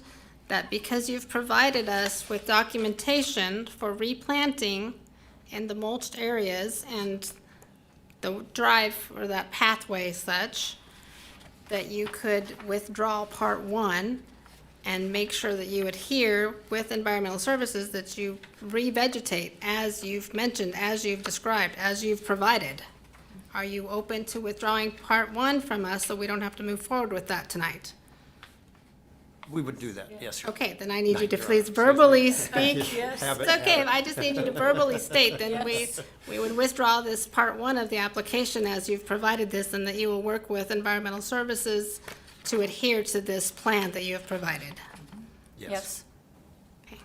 Is that good for you, Eric? So they withdraw it. Okay, they're withdrawing part Because one. one isn't necessary anymore, and then they're gonna, this is what they're going to provide to environmental services as their corrective action plan. Correct. Yeah, okay. Okay, thank you very much. So I did not need to go forward with public comment then on part one, since you're withdrawing that application part. So then we will move forward to part two, the grading, the boulders, so on. Okay? I'm gonna go ahead and open for public comment. And we have no public comment, so I will close public comment for part two. Again, part two is in regards to the retaining walls, the blocks.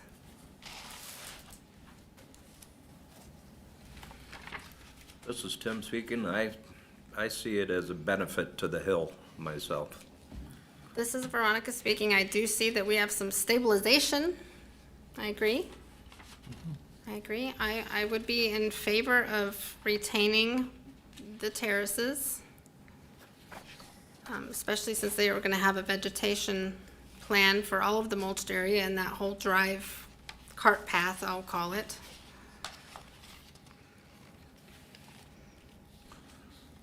This is Larry, I agree. After the fact always puts us in a weird spot to decide what we would do or not. If we were to get this plan prior to doing it, we probably would have accepted it, I'm assuming. So I think that makes it fairly easy to go along with. So yeah, I think I could accept this. Ken, do you have any questions or comments? No, I agree with Larry. When I look at it, I'd say if they had come originally with this plan, we'd probably say, hey, this is a good deal. This is Veronica. I agree. I'm in, like I mentioned, I'm in favor of retaining the terraced sections. I greatly appreciate the efforts by the applicants on the revegetation, and adhering to that would be necessary. Is anybody prepared for a motion? This is Tim. I'll make a motion to approve part two of leaving the boulders for the terraced hillside. I'll go through the findings here. Is the variance in harmony with the general purposes and intent of the official controls? Yes. The pathway or four-wheeler trail is being vegetated, the mulch area is being vegetated, and the step-down terrace boulders will help stabilize the hillside. Number 2 is the property owner proposing to use the property in a reasonable manner, not permitted by official controls. Yes, terracing a steep slope that's all sand, that doesn't want to grow anything is reasonable. And vegetating properly. Is the need for variance due to circumstances unique to the property and not created by the current or prior property owners? Yes, this hill is a steep hill. It's made up of sandy soil and needs to be vegetated, so the boulders were put in to make more level runoff areas to hold back any erosion. Number 4, will the issuance of the variance maintain the essential character of locality? Yes, the shoreline is made up of recreational year-round seasonal homes, and I'll adopt finding number 5. Okay. Okay, thank you, Tim. I have a motion by Tim to approve Part 2 of the after-the-fact variance application, providing findings of facts 1 through 4, adopting number 5. Do I have a second? This is Larry, I'll second. And I have a second by Larry. Before you go on, I would like to ask the one question, though, as to why didn't you come for a permit or a plan beforehand for such a project? I can't answer that. We took the recommendation from this person. People on the lake had used him. Several people had used him, and we just assumed too much. And we assumed that he had pulled permits, and it was our fault too, not to pursue that. Did the person who did it, is it a local? No, he's from Isanti, Minnesota. Isanti, Cambridge. Oh, okay. And we just took his work from what he had done with other people, and we took their recommendation, and we didn't. It was basically as much as our fault as his, but he did not. And I guess we just assumed too much. Okay, moving forward with the motion. Timothy, how do you vote? This is Timothy, I vote aye. Ken, how do you vote? This is Ken, I vote aye. Larry, how do you vote? Larry, I vote aye. Mike, how do you vote? Mike, I vote aye. And this is Veronica. I also vote aye. Thank you very much. You'll receive a decision letter from Environmental Services about your application and go from there. Okay, thank you. Thank you very much.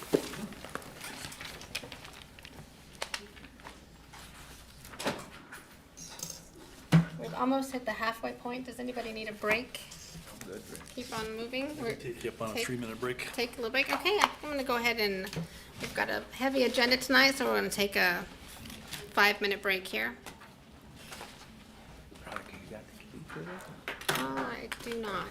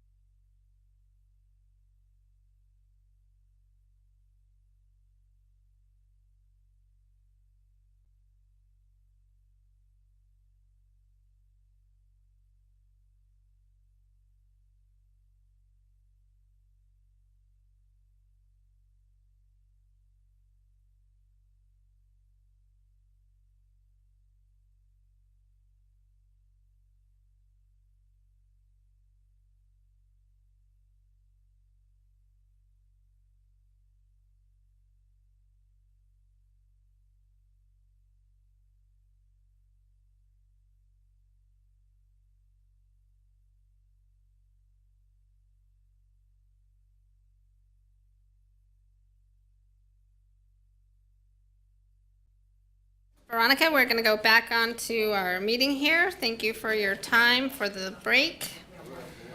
Next, variance application 24-V-26 by Richard Aho, part of Lot 1, Block B, Herds Acres, Section 23, Township 141, Range 34, Lake Emma Township on Lake Emma, a recreational development lake.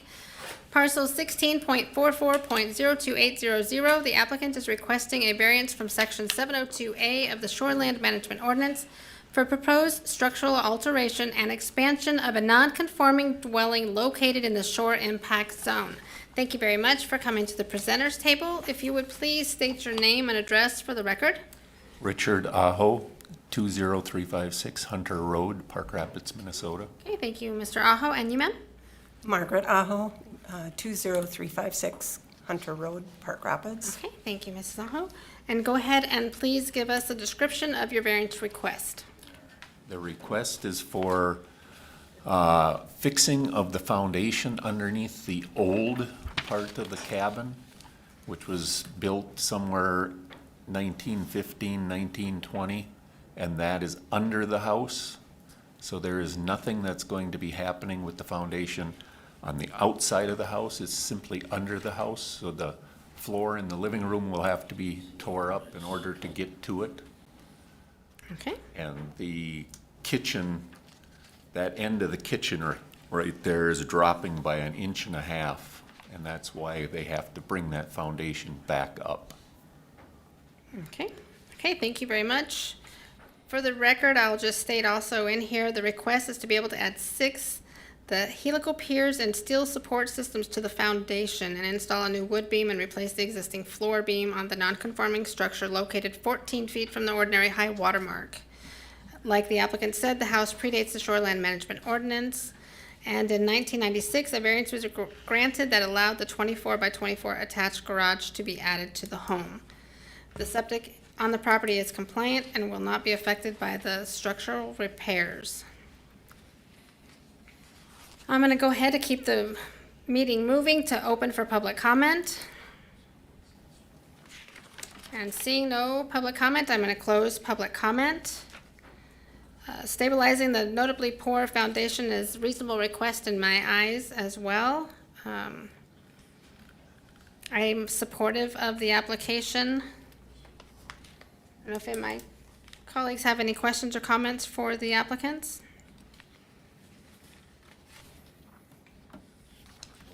No?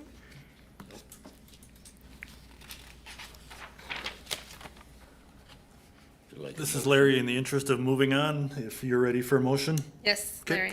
Larry. As I see this, everything is interior. We're not changing the footprint or anything. It's a house that needs to be repaired or it will fall apart. So there's nothing that we're opposed to there. So yes, I would make a motion that we accept application 24V26 and accept staff's finding of facts. Okay, thank you, Larry. I have a motion to approve the application 24V26 as per site plan on the application and adopt staff's findings of facts. Do I have a second? This is Mike, I'll second that. Okay, I have a second by Mike. Timothy, how do you vote? This is Timothy, I vote aye. Ken, how do you vote? This is Ken, I vote aye.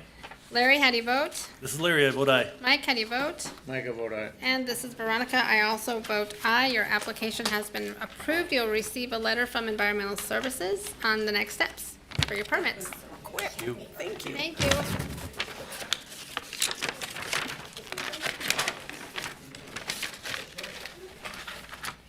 Next item on the agenda,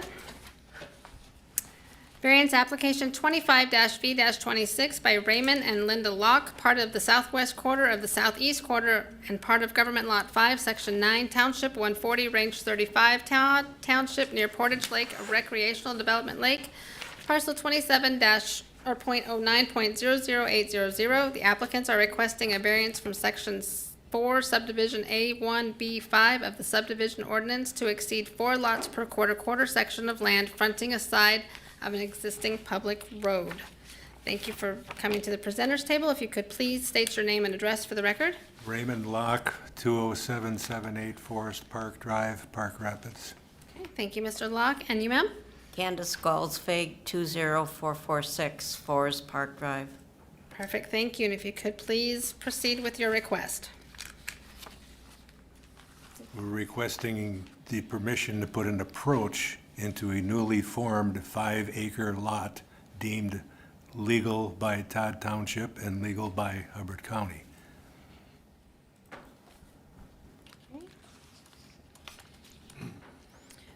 This is Veronica speaking. Eric, have we heard anything from the highway engineer about this application?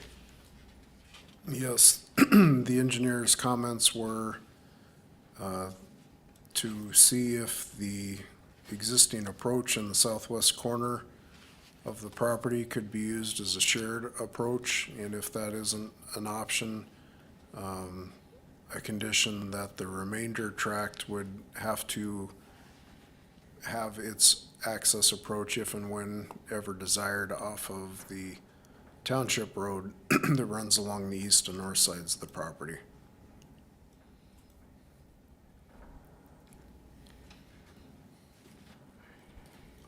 So that would be down in the southeast corner there, correct? That current approach is not on our property. Right.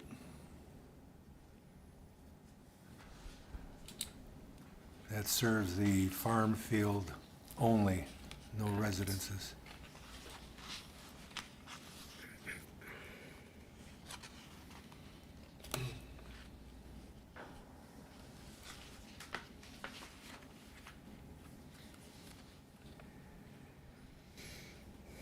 Okay, I'm gonna go ahead and open for public comment. Seeing no public comment, I'll close public comment.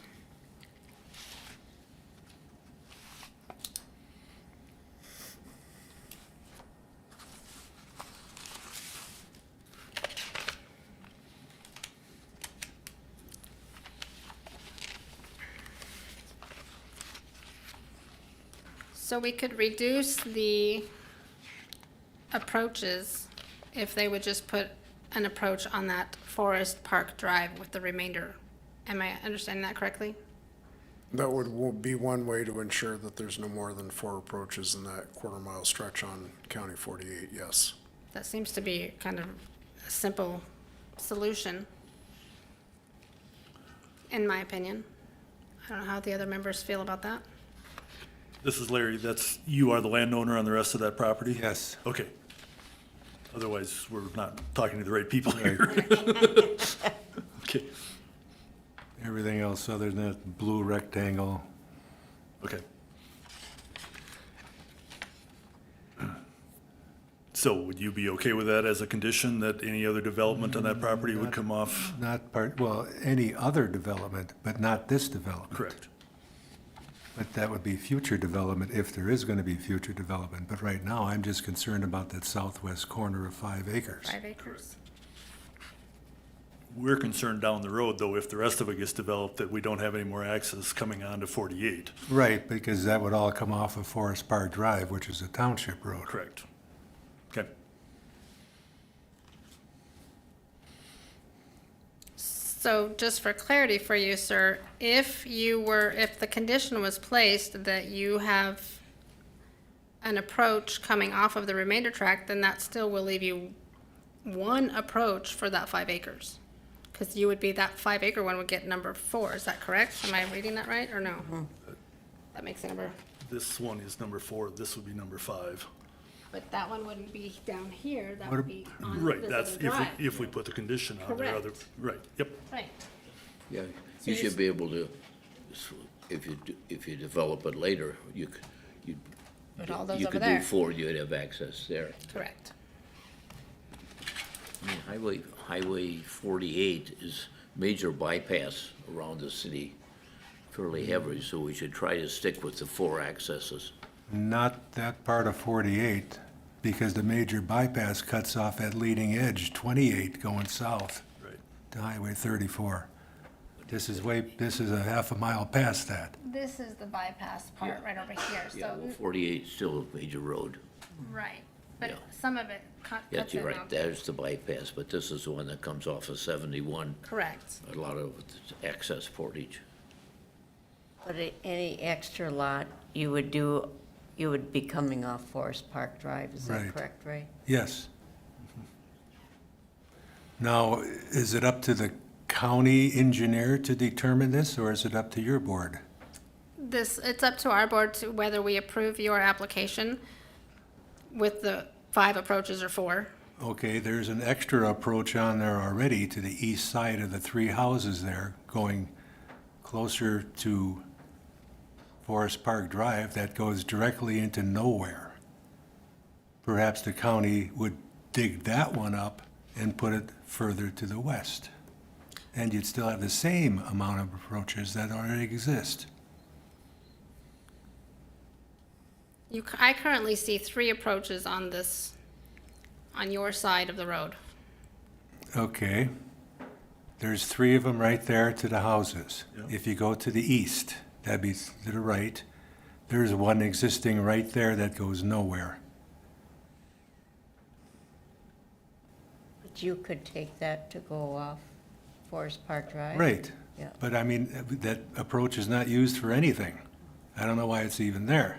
And we're not counting that approach because it doesn't appear to be in use. Okay, but, I only count the 3 okay. Actually, there's 4. if we're counting this 4th one on the very end for the that's- field. That's not it. It's much further to the right. There's one here, but it's not being used at all. Right. The picture's not picking it up, but it's there.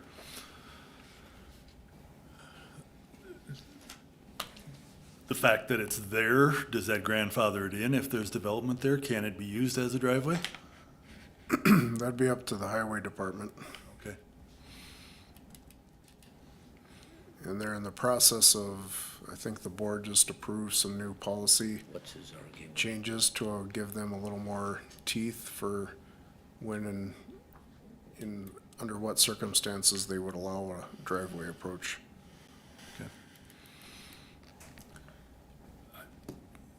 So I don't know, I think we're back to where we were, that we can probably approve this one and then put a condition on that anything over here has to come off the other road. That would be ideal. That would be my Agreed. thoughts. Agreed. Okay. That would give him one approach for the 5-acre spot, and then the condition for the remainder approach, have an access on Forest Drive, Forest Park, or, Forest yeah, Park. Forest Park Drive.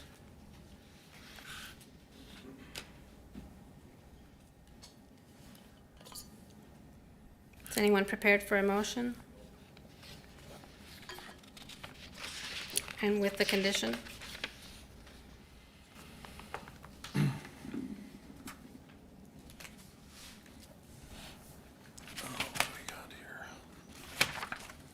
Yeah, this is Larry.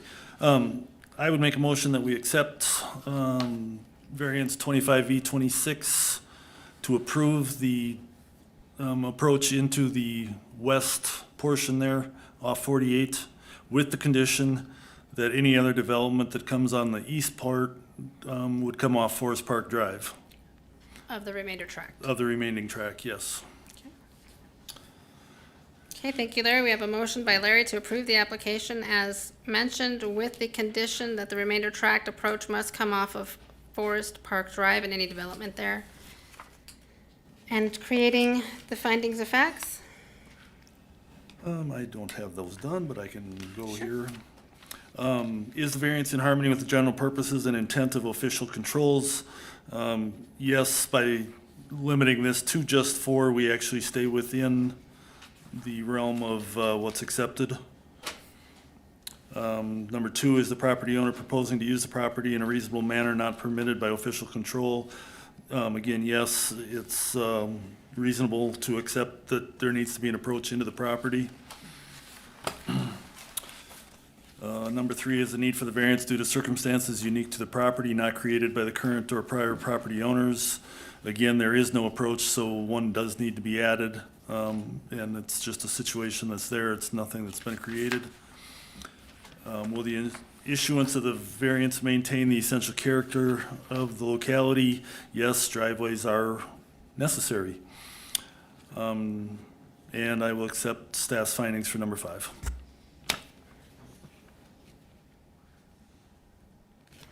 Okay, this is Veronica. I second the motion. We have a motion by Larry to approve the application with the condition mentioned And seconded by myself. Timothy, how do you vote? This is Timothy, I vote aye. Ken, how do you vote? This is Ken, I vote aye. Larry, how do you vote? Larry, I vote aye. Mike, how do you vote? Mike, I vote aye. And this is Veronica. I also vote aye. The application has been approved. A decision letter will be sent to you from the Environmental Services Office for the next steps. Okay? Thank you.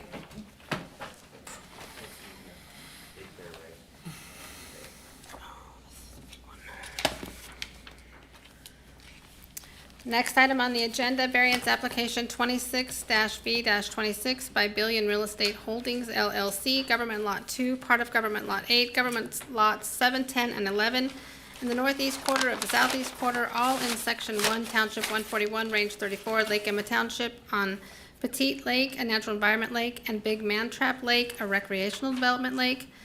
Parcels 16.01.00200, 16.01.00600, 16.01.00800, 16.01.01200, 16.01.01300, and 16.01.01500.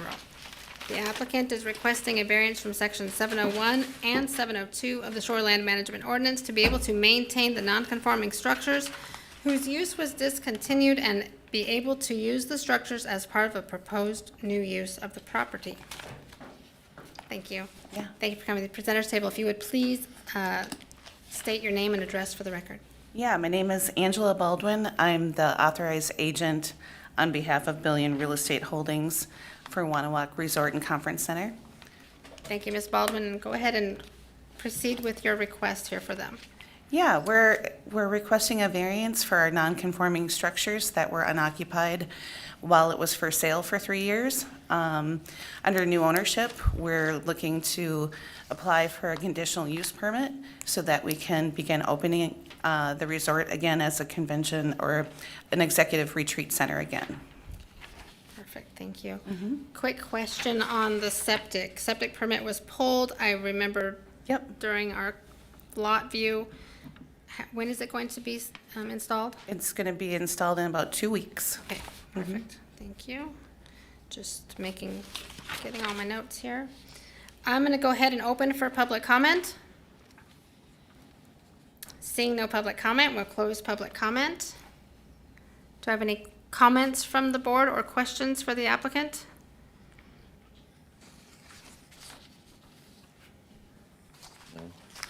Staff finds everything in order and is supportive of it.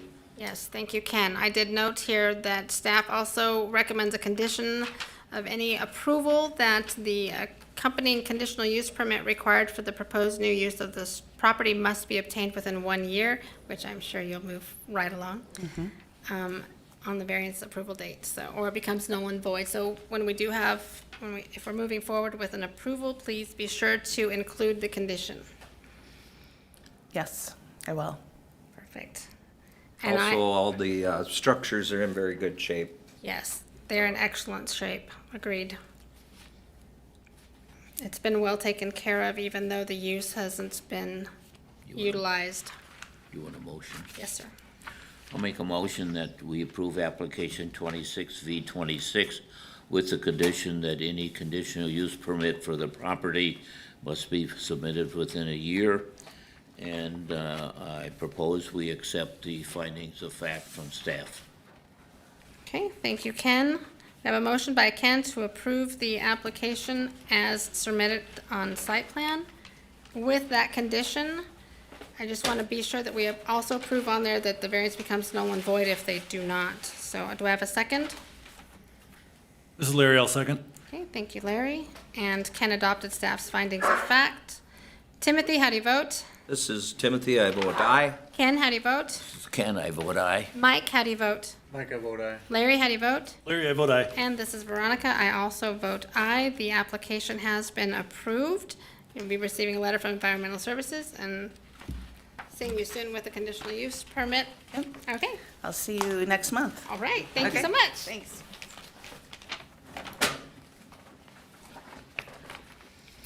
All right. Next item on the agenda. Variance application 27-V-26 by Ken and Evie Osterberg, Lot 5, Beltane, Westview Beach, Section 18, Township 140, Range 33, Nevis Township on Lake Beltane, a recreational development lake. Parcel 21.52.00500.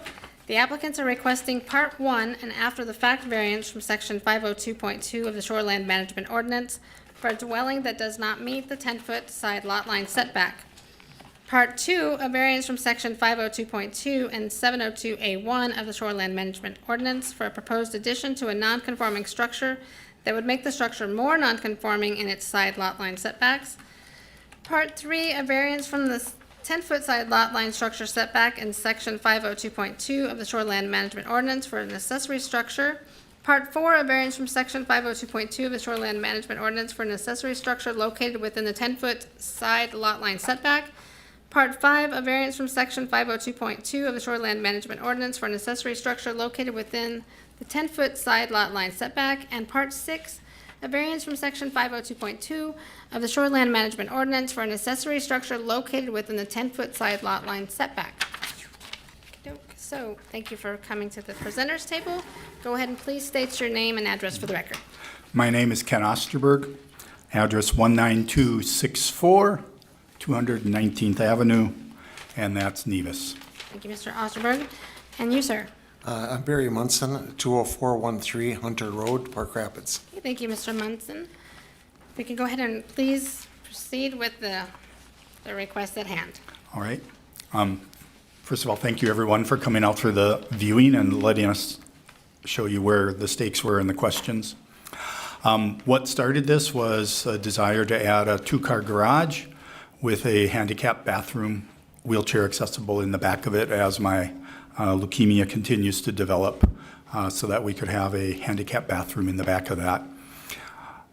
Did a survey to as part of that building, and as you saw the lot lines, it was a big surprise to us where the lot lines were. My neighbor directly to the north, as we were placing those three buildings, you see the carport, what's labeled the shed, which is tractor, lawnmower, snow blower, and then the workshop. As we placed those years ago, he was there and he said, here's the place to place them. So when we had the survey done, it was quite a surprise to see where the stakes were. That's what's caused the variances here, because we discovered through that survey that the house is not 10 feet off the lot line, which then would come into the proposed garage addition, handicap bathroom, and then those outbuildings that you see, the workshop, the shed, the carport, and the existing detached garage that is out there. Okay, thank you, sir. I would also like to read something in, because Mike had asked me if I had had a conversation with my neighbors to the north, and I said, yes, they wrote a letter, that they were very supportive. When I looked at my file back there, I realized they had not sent it in, they had just sent it to me. And when I talked with Eric, he said it would be good to read it into the record, so I would like to read that into the record. Yes, please do so. Thank you. All right. June 6th, 2026, Gary and Deanna Anderson, Karen and Dan Daschel, and then their address is given just to the north, 19286, 219th Avenue, and it's to Hubbard County Planning and Zoning. Subject, letter of support for the Osterberg variance request, to whom it may concern. We are the neighbors directly to the north of the Osterbergs and share the property line in question. We get along very well as neighbors, and they have willingly reviewed their survey results, unexpected, and addition plans with us, and we would like Ken and Evie to be able to live next door for a long time.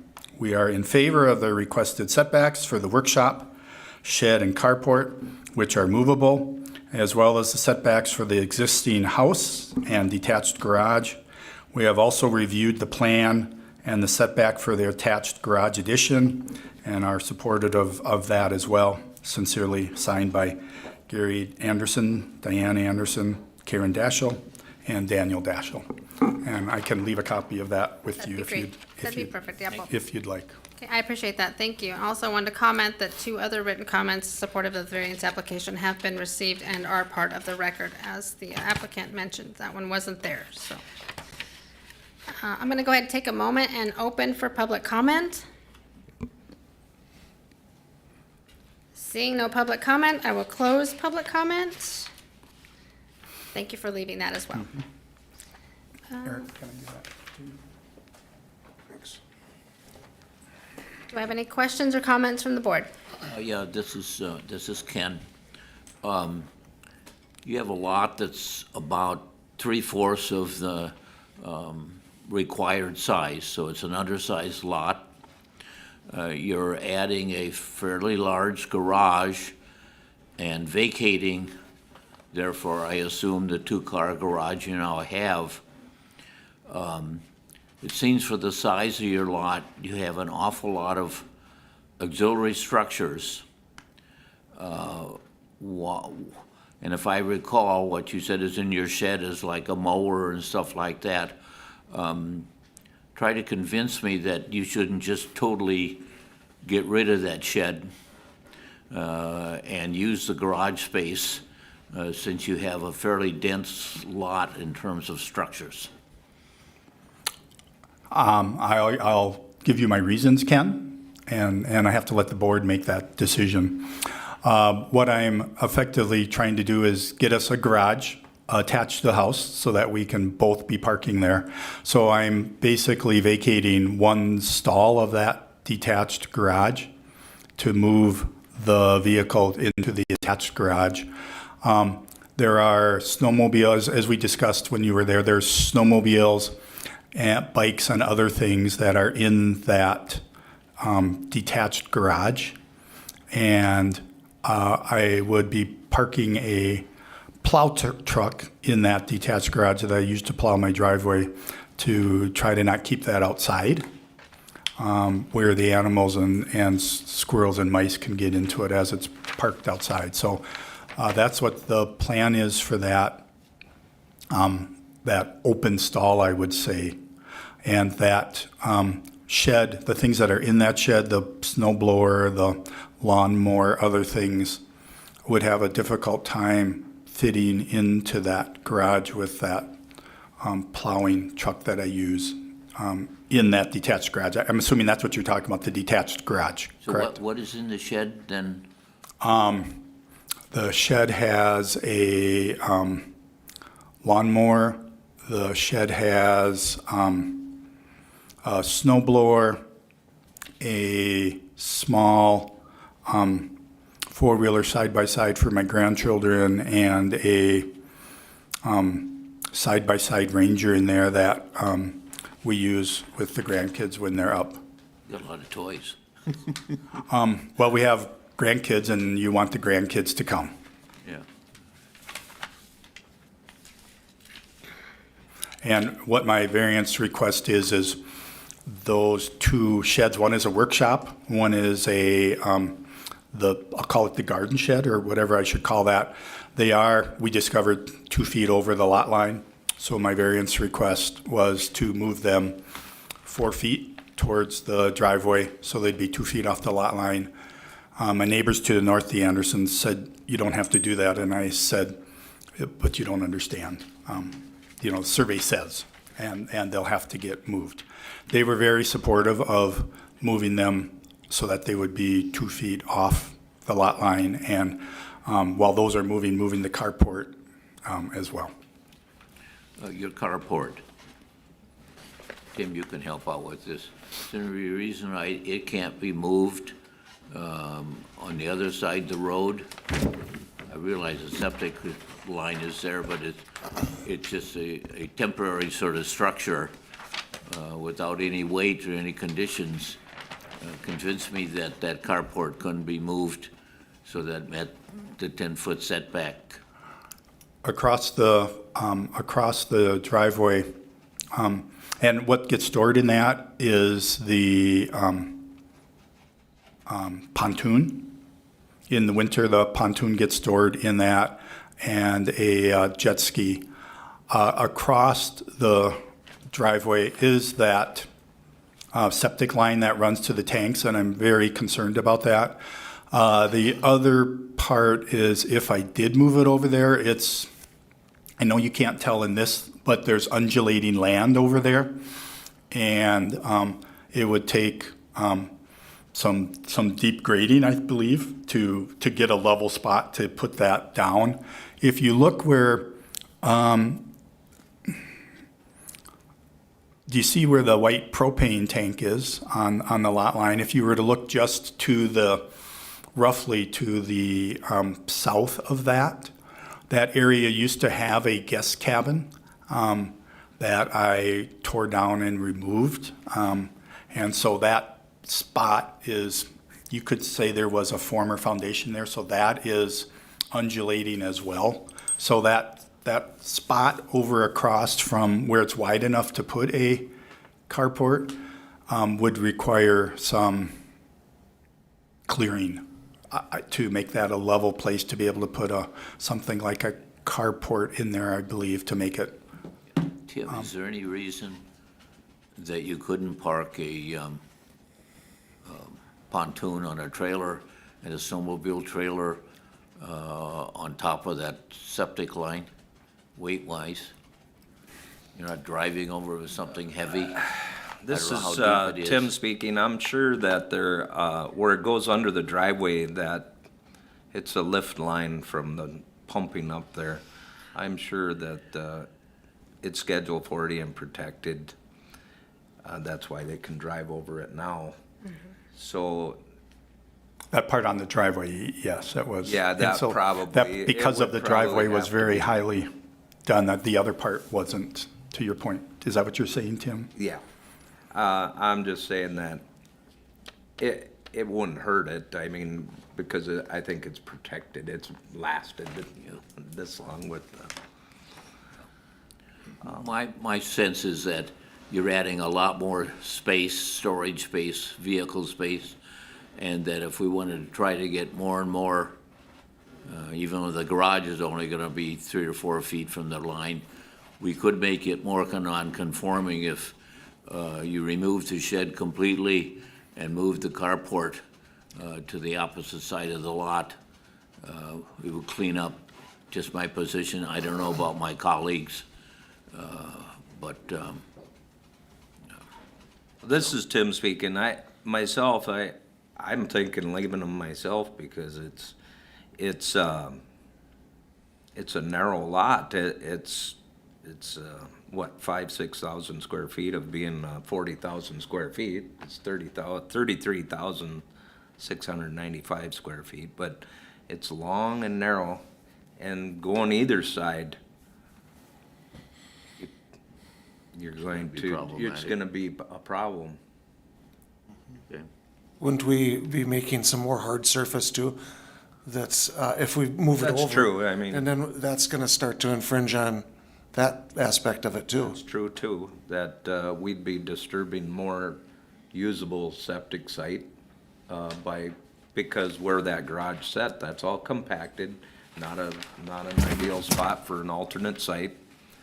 So any of this alongside that septic pipe over there could potentially be used in the future for septic site. This is Veronica speaking.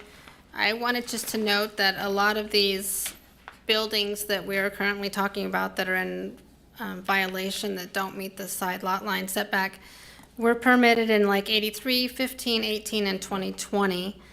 And the only reason that they've come to light is because of the survey that the applicants have acquired. You did acquire the survey, correct? Yes. I did, yes, ma'am. Yes. permitted. have been Right, permitted. and they were permitted, thinking that whenever they were built, that they were, Well, the side lot line was in a different position where you were told in the woods. Yes, and the drawing for the original house, back in 75 or 7, when it was put in, shows 15 feet. We never thought it was 15 feet, but we thought it was 10 feet. I understand, so currently that carport that you have, the boat was not there, obviously, while during lot views. I'm assuming it was on the lake already. Correct. But it does winter under the carport? It does winter under the carport. Okay.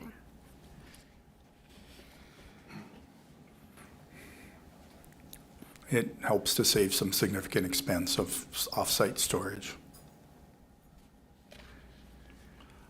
This is Larry. This is probably just a little housekeeping. The staff report shows the garage addition to be a 32 by 36. All of Ken's information is a 32 by 26. I just want to make sure that doesn't get to be a problem somewhere along the line. Huh? Just a typo. Correct, but I just wanted to point it out that it doesn't become an issue. I didn't notice that. Thank you. Yes, thank you, Larry, appreciate that as well. That will be helpful when anyone's providing findings of facts. And I will say the vast majority of the addition goes over already existing impervious surface. The driveway, yes. This is Veronica. Part of me was thinking of a condition removing the carport. However, I understand having the items for, the winter to cover up your pontoon it's a necessity up here. Keeping things covered is kind of nice, but I think maybe a condition that may possibly be placed. Do we have impervious surface on here? We still have a lot of impervious surface. You do have that on the survey, on the upper sort of right corner. What, so you're at 23%. 23% of I impervious. was asking the impervious surface. Okay. Yeah, I thought they said in the Yeah. report that it was under 25. Right, it is, yes. With the addition. Yes. Yeah. Yeah, well, it will be under 25 with the addition. I assumed that meant with the new addition. Yeah. 3%, Correct. right? Okay. I think there's a possibility, if anybody has concerns, since the number of accessory structures are on there and the smaller lot size, if someone wanted to put a condition that no other expansions can be made, that could be useful for the future. Doesn't necessarily have to be. Or no other accessory structure, since we have 4. Yes, I think ma'am. that would be a I'm okay if you go with that. feasible, or, I'm okay with the information I've gotten. I'm That would be very agreeable. not important Jed staying where they are. agreed. And the applicants are in agreeance that maybe a possible condition that no more accessory structures be allowed. But I am in favor of the application to that regard, or to all of those regards, to their at least being somewhat off of the side lot line.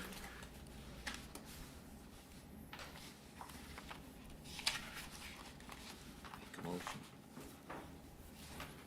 Someone want to? Is anybody prepared to make a motion?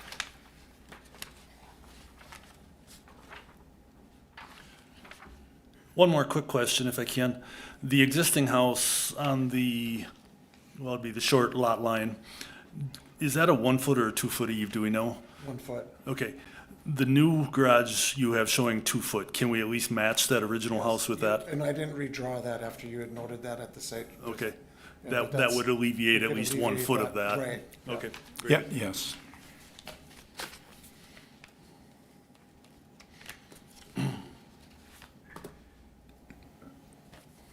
Yeah, that would be very beneficial on that side lot line, or it would help decrease it.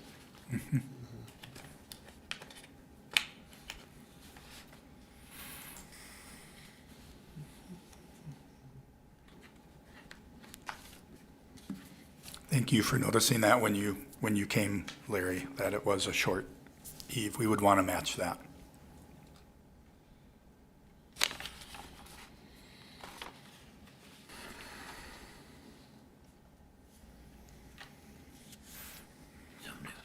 Somebody make a motion. Yep. I've been the antagonist. I'm not the one that makes a motion. And for the record, I just want to also state that the septic on the property is compliant and meets the setbacks. And it does have room for an alternate site. Thank you, Larry. Perfect, yes, thank you. Gary, yep. That alternate site be on the other side of the garage and such, or still That septic is on the other side of the garage, Veronica? further down? Yes. You can see where the pipe comes into that, and so it goes to the Further back? to the Okay. west, and there's room in between the lines. Josh Yellamini, when he came out from Racer Construction, said we had another We had room for an alternate. Back there between the property line and your driveway? Correct. Okay.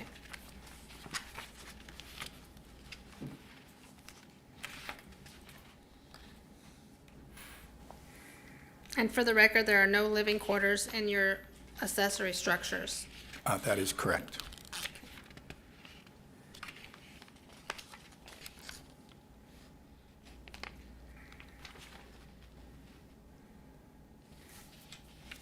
You ready? Definitely ready for a motion if you are. I see a couple of you working hard. Yeah, I am, but I might need help on the condition. But this is Tim. I'll make a motion to approve application 27-V-26. I'll answer the findings here. Number one, is the variance in harmony with the general purposes and intent of the official controls? I say yes. Leaving these structures too close to the property line or moving them just a little bit is not going to negatively affect the lake. So it is in harmony. Number two, is the property owner proposing to use the property in a reasonable manner not permitted by an official control? Yes.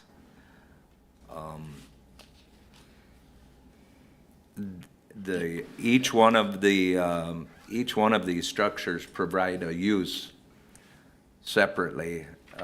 Instead of having one big one, he's got little ones with the workshop and storage and what have you, so.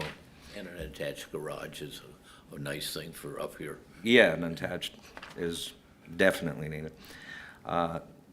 Number three, is the need for the variance due to circumstances unique to the property and not created by the current or prior property owners? I'd say yes, because this is a long, narrow lot and it's pinching it either side. It's problematic, and I'm more in favor of leaving it closer to the line than taking up any more of the usable space on the other side. Number four, will the issuance of the variance maintain the essential character of locality? Yes. The area is made up of year-round residences, and I'll adopt. Number five, I'll adopt the staff's findings, and then as far as conditions. Yep, I just suggested that no other accessory structures allowed on the property, and the applicant was in favor of that. So I'd make the condition that no other accessory structures be allowed on the property or expansions, and owner has agreed to that. Okay, thank you, Tim. We have a motion by Tim to approve the application, providing findings of facts 1 through 4, adopting staff number 5, with the condition no other accessory structures allowed or expansions on the property, or expansions to current structures allowed on the property. Do I have a second? This is Larry, I'll second. Okay, and we have a second by Larry. Timothy, how do you vote? This is Timothy, I vote aye. Ken, how do you vote? This is Ken, I vote aye. Mike, how do you vote? Mike, I vote aye. Larry, how do you vote? Larry, I vote aye. And this is Veronica. I also vote aye. Your application has been approved for the after the facts and the upcoming proposals. So if you have any questions, please contact Environmental Services. Otherwise, you'll be receiving a decision letter with the next steps for your permits. Cool. Thank you very much to the board. Thank you.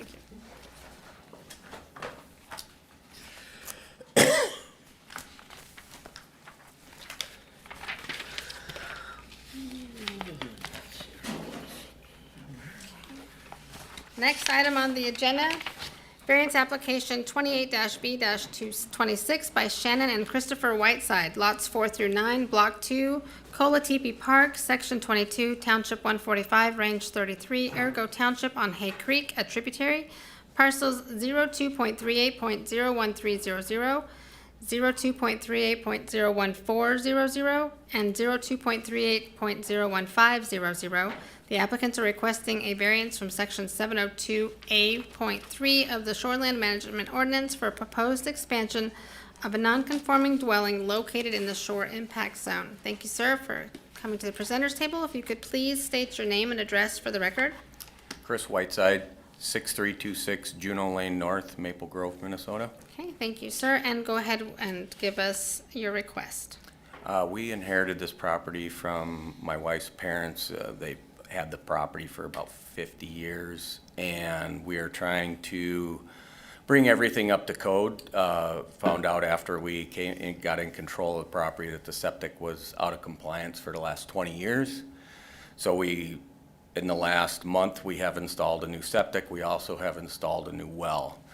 And we are proposing that we'd like to add on to the back side of the garage, front of the garage, however you want to call it, that's going away from the river. The garage is currently 30 feet wide, and we're proposing to do a 30 by 8 foot addition onto that garage. We would also like to raise that roof up 2 feet to get the ceiling height up to accommodate 8-foot doors, which in the current pickups and things, my pickup won't fit in there for length or height.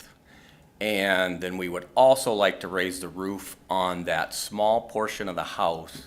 It has currently a 6'8" ceiling in there, which is very low, which is gonna be our new kitchen. We're proposing to come off the higher structure roof, follow that pitch down. Both roof lines will not exceed the overall height of the current building. And then we also are proposing to, right there in that inside corner, proposing that 6 foot overhang. So adding 4 foot to that overhang for an area to protect grills and that kind of thing. And then I believe we also have a little 4 foot overhang where the door is currently coming on that, where we're gonna raise that roof up. Yeah, right there. But it would not go the whole length of that building. It's gonna stop. I believe I got it on there as, I don't know, 8 feet down or 10 feet down. And I believe that covers everything that we're asking. Okay, thank you, I appreciate that. Eric, can you go back to the photos, please, that you were, the very first one, I believe? That'll work, I think. So during our lot views, you mentioned that little section of deck, right there where the cursor is, that you were considering removing.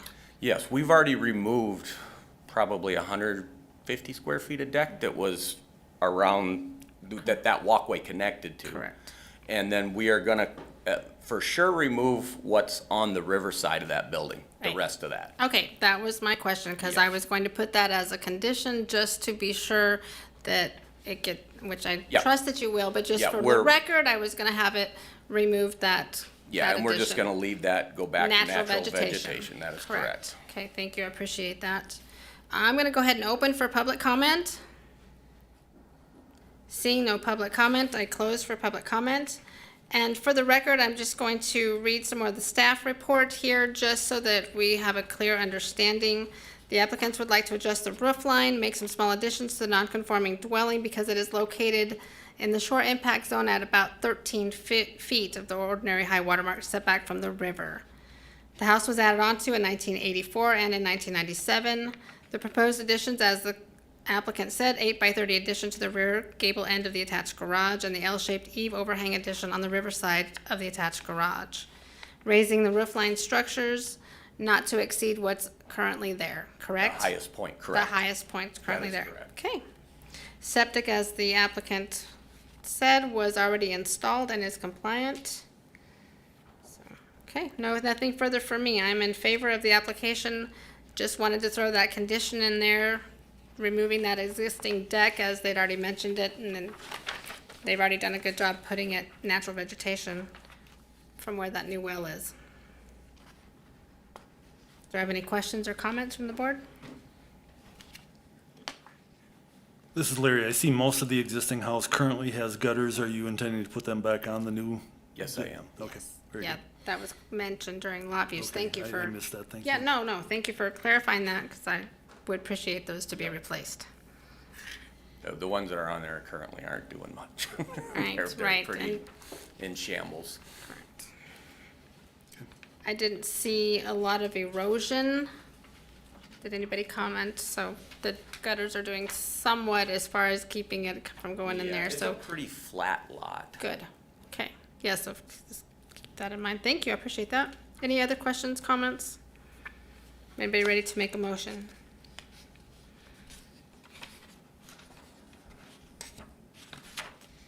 This is Larry. I move that we accept variance application 28V26, accept staff's findings of facts.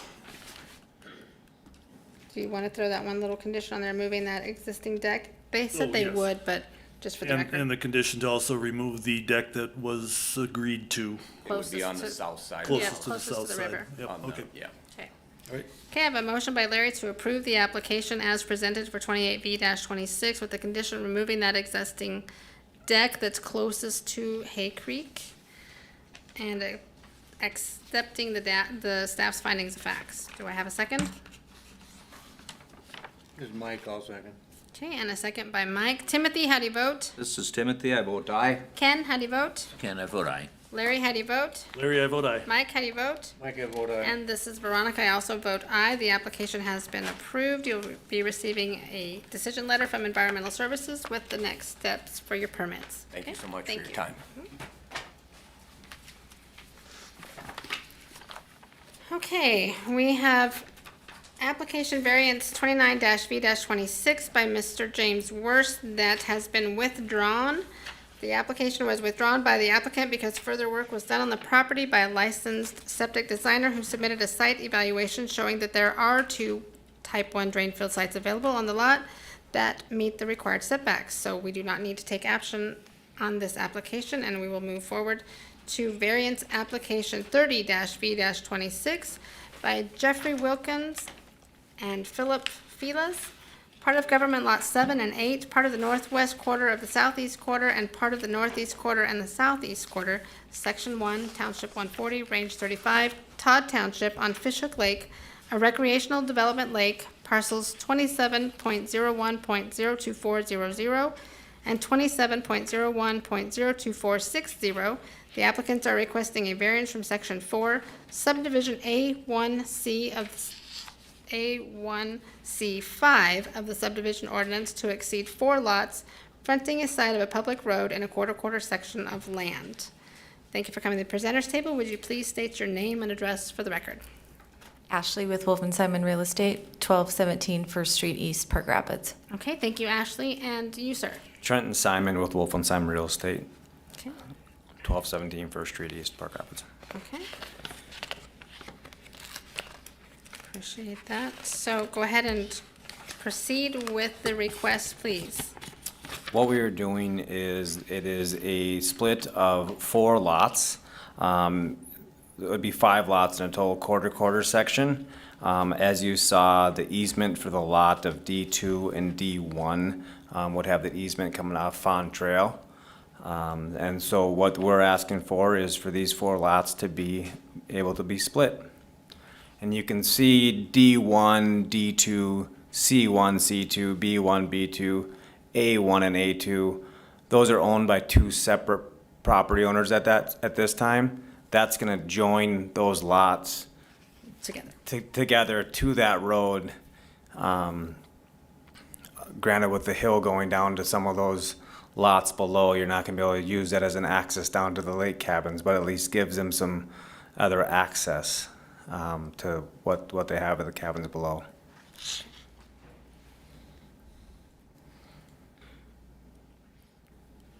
Okay, I'm going to go ahead and open for public comment. I have a comment.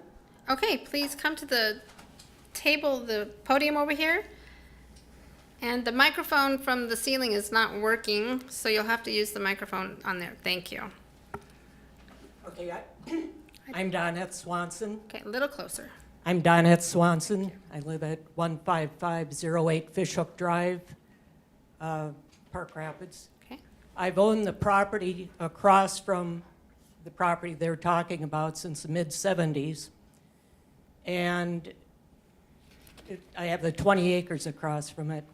And what they're talking about, putting 5 lots into an area where 4 would be way more than I can even imagine having 4 different buildings in there. There's Itasca Mantrap has a main buried power line going through there. At the west end, there's a deep gulch right now it's dried up, but there is a swamp back there. I used to watch a deer splashing around in the swamp. And of course, with the drought, it's dried up right at the moment. Talking to the neighbors, having 5 driveways coming into Fishhook Drive, onto Fishhook Drive. It's used heavily by people walking their dogs, bike riding. It would add a lot of traffic, a lot of disturbance. From my house, I'm on the west end of that line of the property. I can't even see another house, and it's been wonderful since 1980, not seeing anything. I'm totally against having 5 lots there.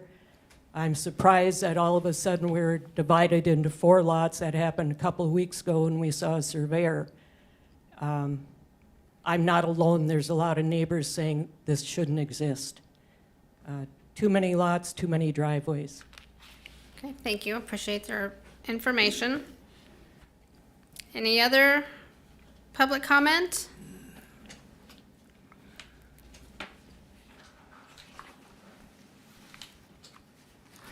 Okay, seeing none, I'm going to close public comment. Ken, I got, Eric, non-riparian lots in the shoreland zone, are they 40,000 or they have to be larger than 40,000? On Fishhook, it would be 80,000 square feet. 80,000 square feet. Only one of these 4 lots meet that size requirement, right? Once is 0.8 acres. That's less than 40,000 square feet. It's supposed to be 80. They're going to be combined. That's just the road that's dividing it, so this is an entire lot. Oh, Is why that didn't correct? I No, pick that I'm up wrong? in the There's reading? 2 separate property owners. But they're going to be combined, They're gonna be no? combined. Right. A1 and A2 will be combined as one lot. Right, so this is going I'm to sorry, become I one. did not pick that up. That's okay. Okay. So, and my other comment, part of the intent of restricting 4 tracks per quarter section is for driveway or access.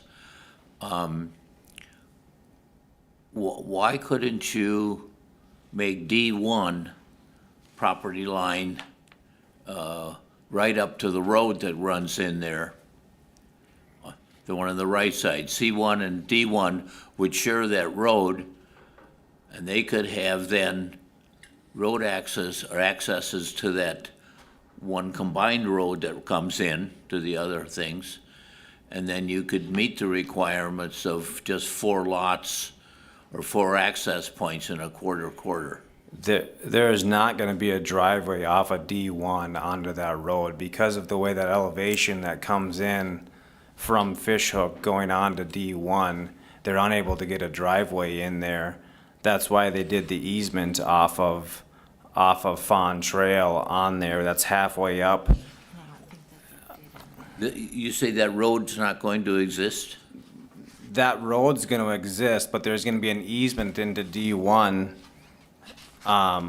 Halfway up that Fawn Trail, there was an easement road, there was an easement stakes there when you guys were out there at the lot view.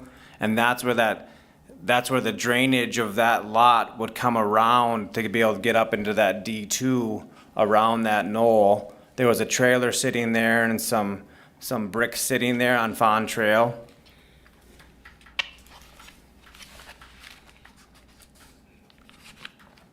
So the actual driveway for D1 will not come off of Fishhook Drive. It'll come off of that Fawn Trail, D1 and D2. Oh, it will? Yes, correct. Oh, okay. There's an easement. Even though it's not part of the tract? Correct. There's an easement across C2 to get to D2. When you were out there, there was some stakes out there. Will C1 come off of that trail too then? C1 is on that trail. They're already coming trail. through all the way through that trail. So then basically, if we approve this, with those 2 tracks coming onto Fawn Trail, we would just have 4 tracks then in the quarter section, or 4 access roads. Right, but we're creating, with the additional lot at the end that's being created in that quarter section, that's the reason for the variance. Yeah, that's the 5th one. Yep. But we could approve the 5 when we're really concerned about the number of access points, and what if track C1 and D1 use Fawn Road or Fawn Trail. I'm not sure if C1, with the width of C1, they may be able to want to put a building down on that far side, not off of Fawn Trail, because it kind of drops off there. As you go in Fawn Trail, it drops off. That would be to the right as you're going in. As you're coming south on Fawn Trail, it would be, that kind of drops off there. But coming off Fishhook, if they wanted to put a building back there for a driveway, but D1 will not be able to have a driveway off Fishhook because of the elevation.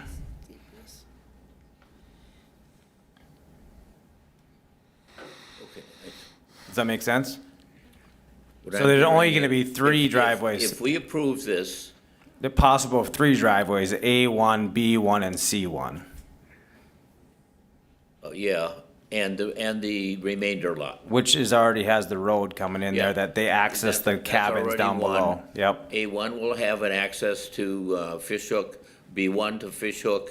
And C1. C1 and D1 will access Fawn Trail. Correct. Which will have the one access to the thing. Correct. Okay.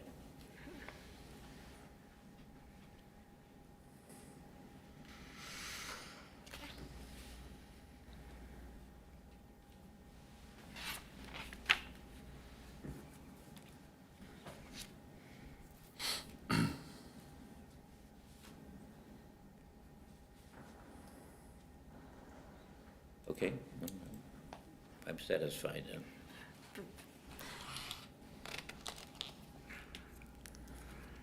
Do I have any other questions or comments, or is anyone prepared for a motion?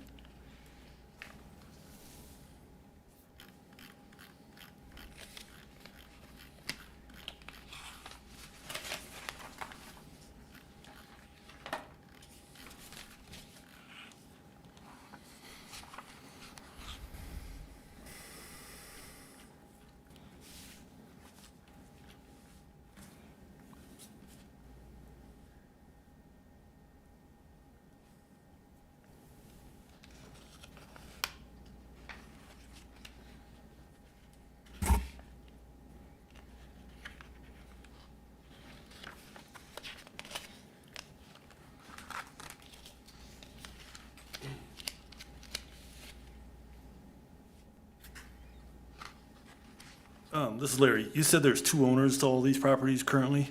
Correct. A1 and A2 are 2 separate owners. Eric, help me out here. By approving this, if something falls apart or whatever, you don't get this closed so that they're combined.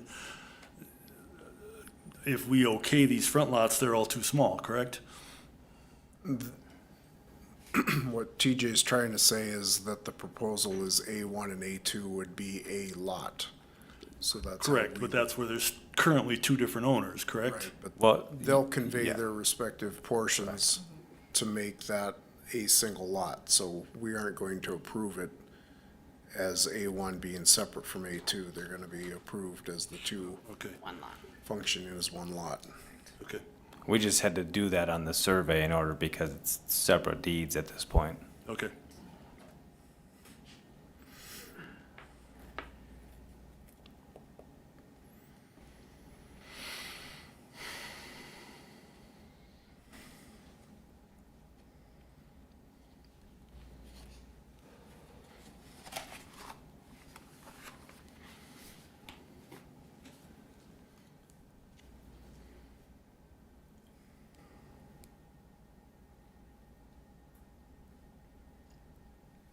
I didn't attend the lot views with my colleagues. I was there on my own.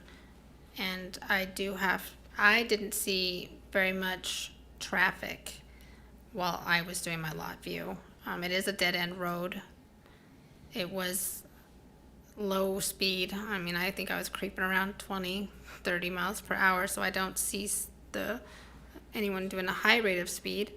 It's currently a dirt road. You do have the 33-foot easement proposed in there. I did see those stakes out there. So that is convenient and required so that we can get through. They can have vehicles going through, so. We worked with the surveyor on that to make sure that elevation, where that was on Fawn Trail, that elevation was the correct elevation, getting into D2. So they're able to have that track in there, to be able to have a nice driveway off there. To get into that area. Yep.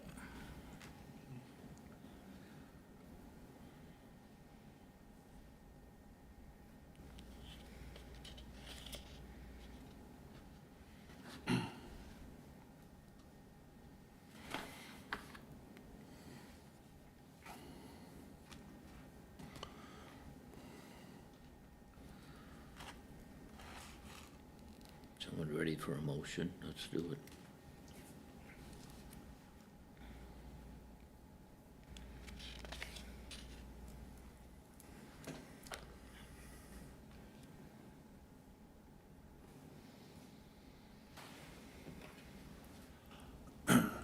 You prepared?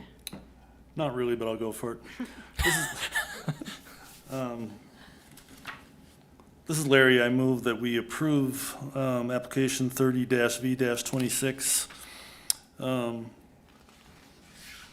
The lots meet the requirements, size-wise and everything, accesses. So yeah. Finding of facts, is the variance in harmony with the general purpose and intent of official controls? Yes, lot sizes all meet requirements. Is the property owner proposing to use the property in a reasonable manner not permitted by official control? Yes, again, the lots are the right size. I assume they've been plotted for two different septics and everything, so that's all compliant. And yes, the access to the road are available and we're good there. Is the need for variance due to circumstances unique to the property and not created by the current or prior owners? It's subdividing, it needs a variance, and yeah, we're good there. Will the issuance of the variance maintain the essential character of the locality? Yes, there are a bunch of other smaller lots there already, and it's been subdivided. And I will accept staff's finding of facts for number 5. Can I have a motion by Larry to approve the subdivision application as per site plan? And creating the findings of facts 1 through 4, adopting number 5. Do I have a second? I have one question there. Do we have to have as a condition the fact that tract A1 and A2 will become one lot and B1, B2? We don't have to, any condition, okay. I don't believe we do. Okay. Okay, this is Veronica. I'll second the motion. A motion by Larry to approve the application as stated, creating findings of facts 1 through 4, adopting number 5, seconded by myself. Timothy, how do you vote? This is Timothy, I vote aye. Ken, how do you vote? Ken, I vote aye. Mike, how do you vote? Mike, I vote aye. Larry, how do you vote? Larry, I vote aye. And this is Veronica. I also vote aye. The variance application has been approved. You'll receive a letter from the Environmental Services for the next steps for your subdivision. Thank you, Board. Thank you.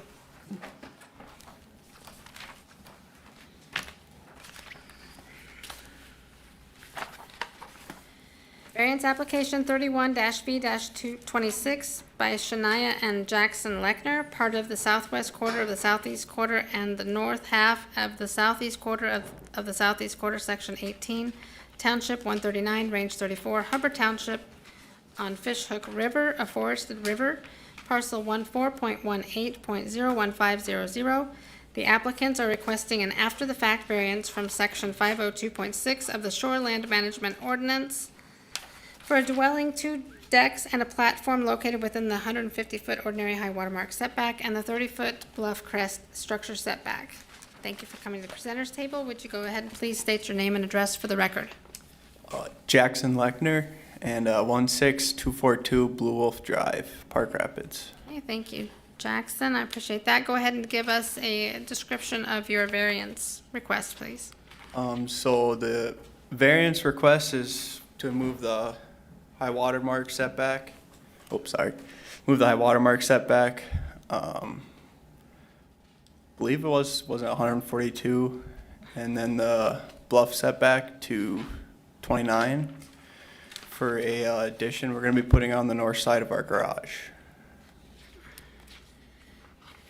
Okay.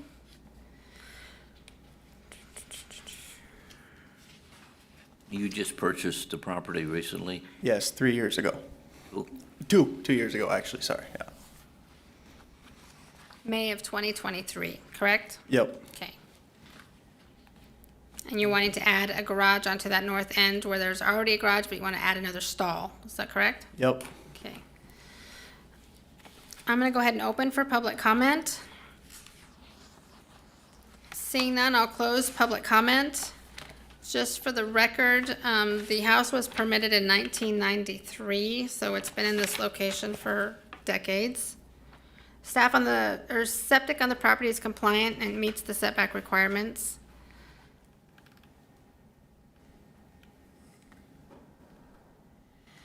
There is a condition by, a recommended condition by staff that upon any approval, if and when the house is ever rebuilt, for say it was in a fire or something, then it must be rebuilt in compliance with the setbacks.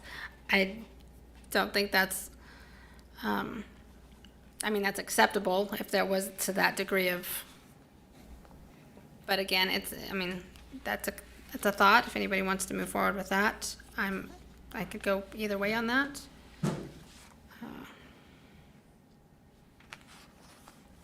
It appears that while we were there, you don't really access the river much. It doesn't appear there's not an access path down there because it's quite steep from that bluff. Yep.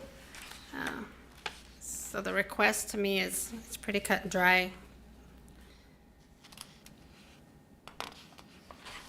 Maintaining everything in its place.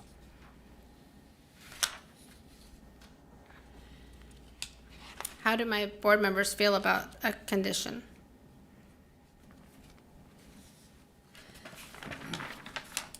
A few comments. My view is this has been here for 30 years in this state. If you look at the edge of the bluff all the way down to the river, it's heavily vegetated. Take them out and go to get down it if you had to.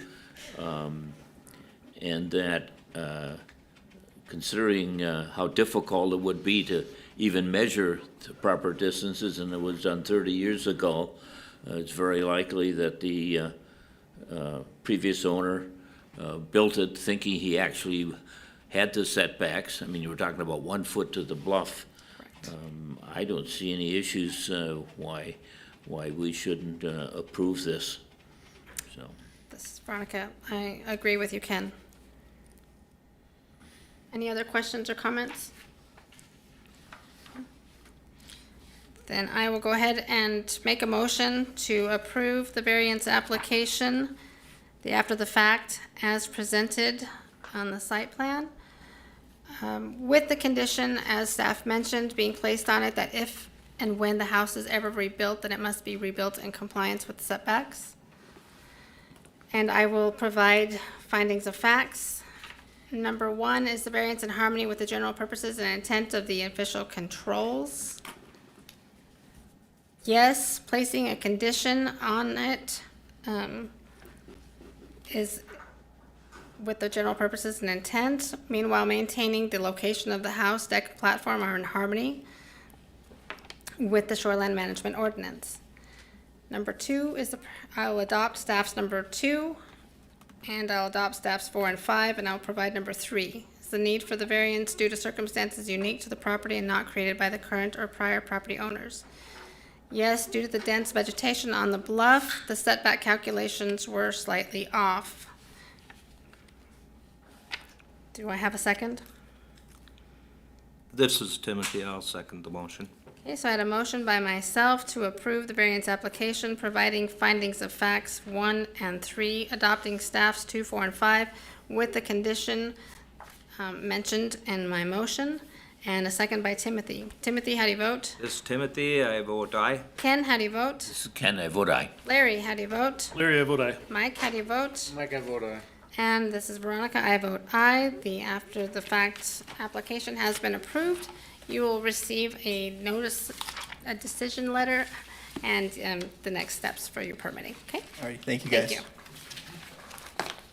Good time. My brain's getting tired. Okay.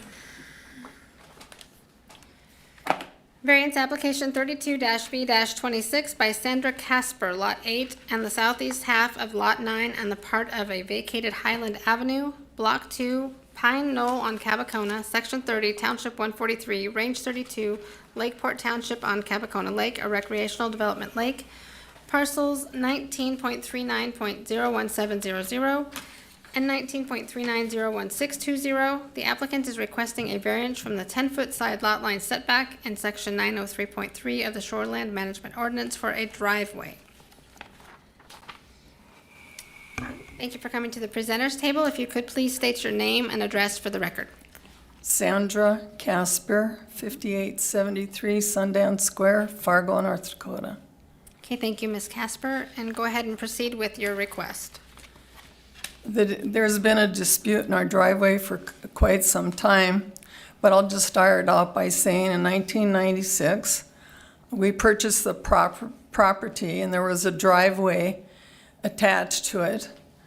In that time, there were three more owners. And with the two owners, nobody had a problem with our driveway.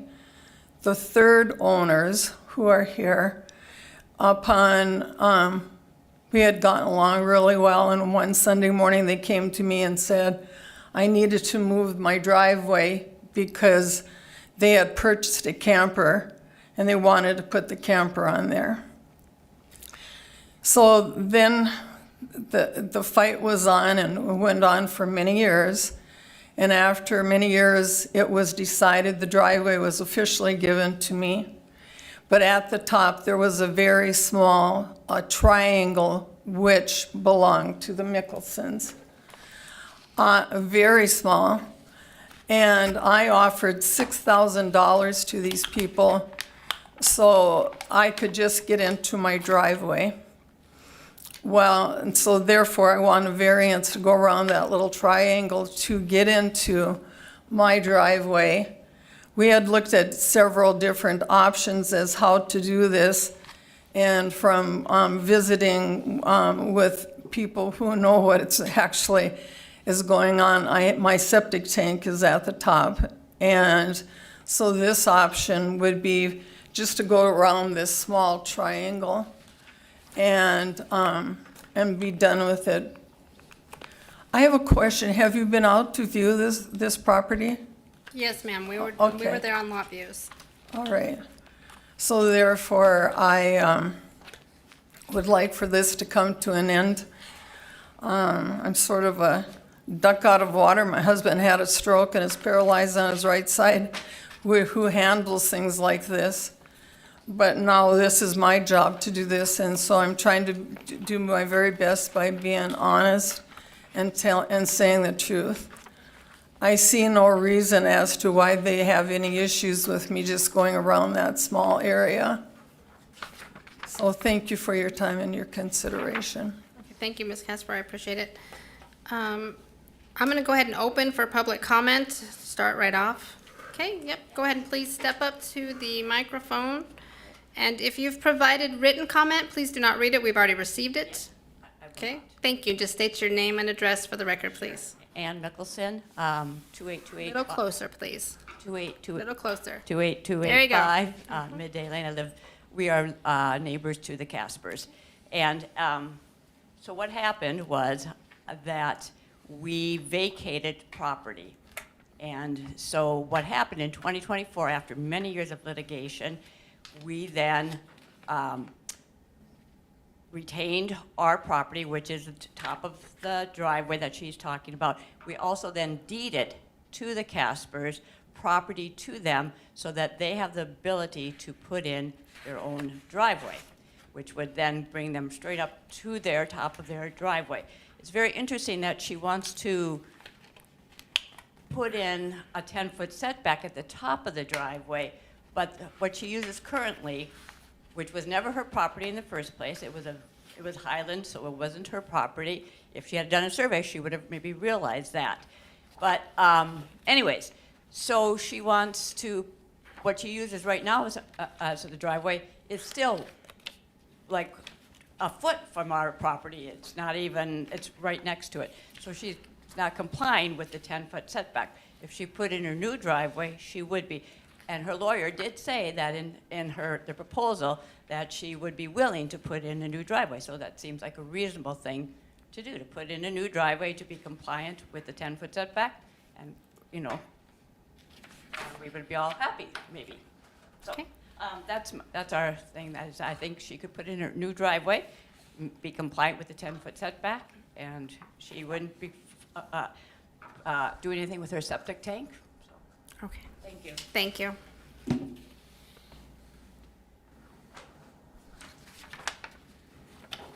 Any other public comment?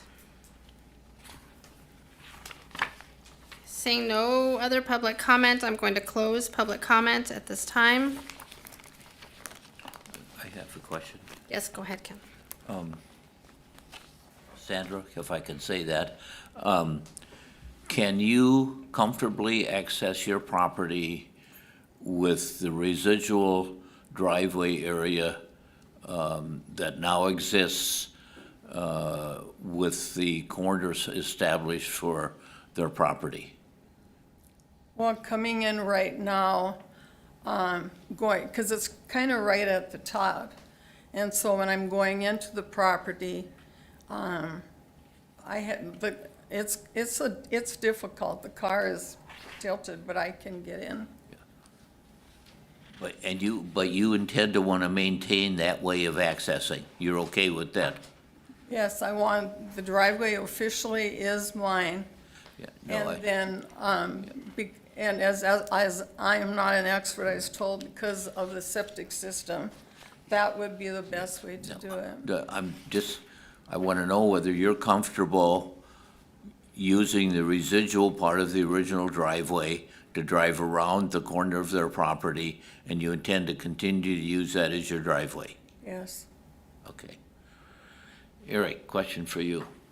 As I recall, the 10-foot setback for driveways is primarily in the ordinance to make sure that a property isn't infringed on. In this case, we know precisely where the neighbor's property is, so allowing less than the 10 feet would still be consistent with the ordinance. In terms of ensuring that it's on the applicant's property, yes. Okay. In some cases, there could be other factors that I could see being worth considering, where that setback would have benefit. Okay. This is Tim speaking. On that hillside, why couldn't you go up that hill where them ferns are? Is there something under them ferns or something that you don't want to go straight up into your driveway? I know you're saying septic, which is not your tank. It's the drain field. Okay, I'm sorry, like I said. That's okay. I'm just saying, I'm just stating that I because you're appreciate saying it. it's the tank, so it's not like a hole there waiting. It's the end of the trenches. Right. And driveways can go really close to those. So why wouldn't you put a driveway straight up into your property? Because that's always been the driveway like it is. It's not always been that way, because where I see that corner is, that's where it used to, with the one you used to drive over before they put their stuff there on their own property. So you were using it there, and it was very user-friendly with you, but now, because they blocked their property and protecting their corner, you're on a hillside like this to get around. So as soon as the first freezing rain, you're gonna slide down into that ditch. I'm not there in the winter. Somebody else will be. So I'm looking at it as the driveway can go straight up. You could fill in that ditch a little bit like any other access point. And why wouldn't you meet the setback and just put it in where it should be? Yeah, no, I'm saying that, you can't move it way over because of the septic system, but it could come straight up that hill. All you'd have to, like they do anytime they build a new access to a lot. At the lot view, I said the end of them trenches, there could be 2-inch styrofoam put right down on the end of that, and that driveway would have, even though she isn't here in the winter time but somebody will be. Yeah. That driveway can be right next to that. Yeah. Larry, I agree. If we can do this and meet the setbacks quite easily, I think we should deny this application. This is Veronica speaking. During the lot views, we did a lot of measuring and calculations with the information provided along with this certificate of survey that we received that shows the parcel that you purchased or that you were granted, and then on there as well. When that took place, for the driveway that many years ago, what was the reason that you didn't create your own driveway? Why did you continue using that driveway even though you were awarded land to do your own? The driveway was there. I mean, everything costs money, and so there never was any problem with the other two people that lived there previously. And I can't tell you why we didn't. The driveway was just there and we just use it.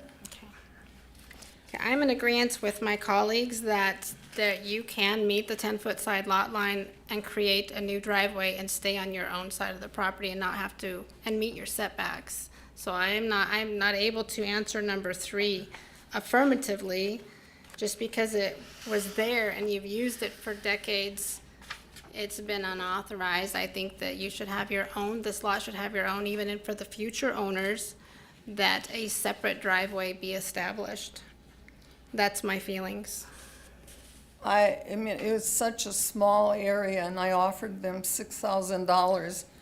And the only reason that they didn't take it, I'm sure, because they didn't get the driveway to put their camper on. Well, it's unfortunate that you have neighbors that you don't get along with, but we're here today to only address the driveway issue. So that's where I see it, that's where I stand, is we were out there, we did lots of measuring, and with the information provided to us, I believe that you can have your own driveway maintained. You can have your own driveway approach there and meet that side lot line setback and not infringe on your drain field. Okay. So I'm not in favor of the application. These red flags in this diagram are the 10-foot setback, right? Right, and there's no reason, there's nothing here.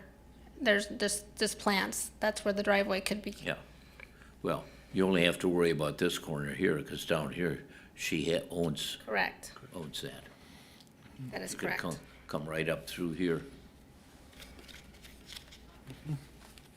You ready? Yes. This is Tim. I'll make a motion to deny application 3226. 32-V-26. I'll go through the findings.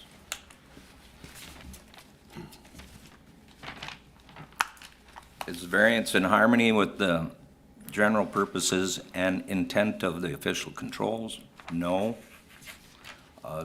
The driveway can be put in to meet setback. Is the property owner proposing to use the property in a reasonable manner not permitted by an official control? No. A more user-friendly, straight up into the property access can be installed.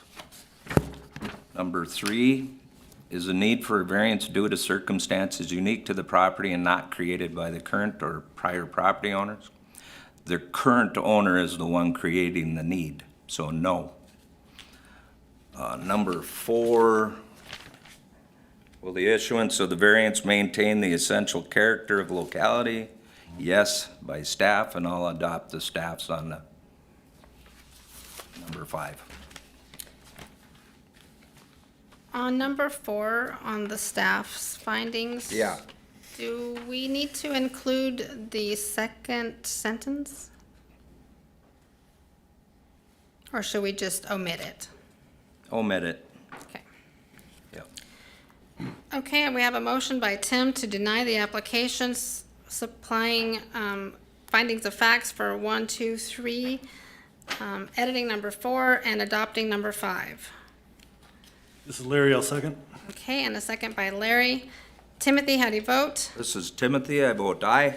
Ken, how do you vote? Can I vote aye? Larry, how do you vote? Larry, I vote aye. Mike, how do you vote? I can vote aye. And this is Veronica. I also vote aye. The application has been denied. You'll receive a decision letter from Environmental Services within the next few days about the application. I Okay? appreciate all of your time and your consideration. Thank you. Thank you. Thank you very much. Yes, thank you. Okay, next item on the agenda.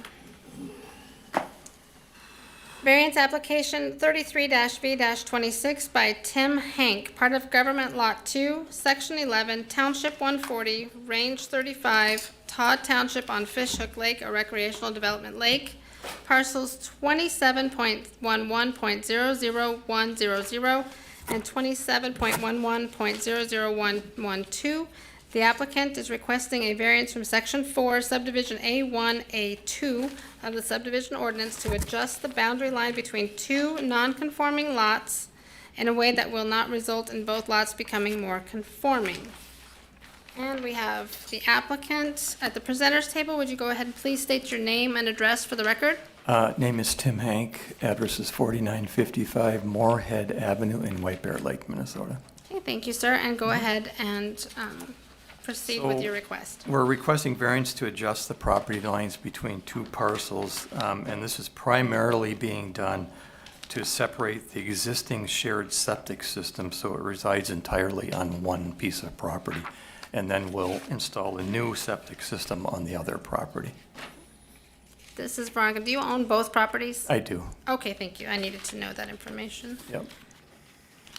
Okay, I'm going to go ahead and open for public comment. Seeing no public comment, I close public comment. Just some housekeeping items I want to give to the board.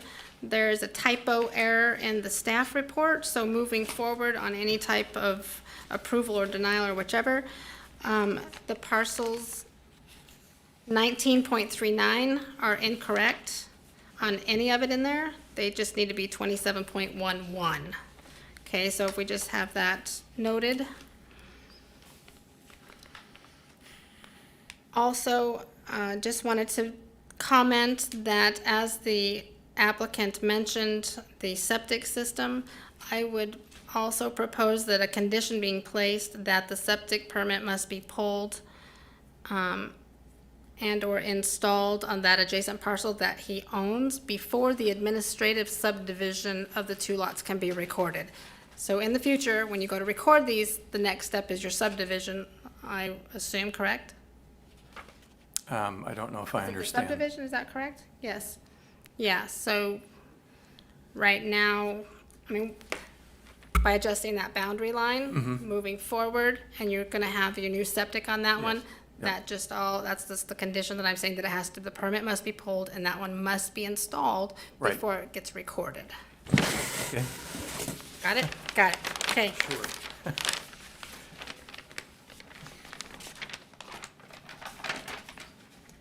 Any comments or questions from from the board?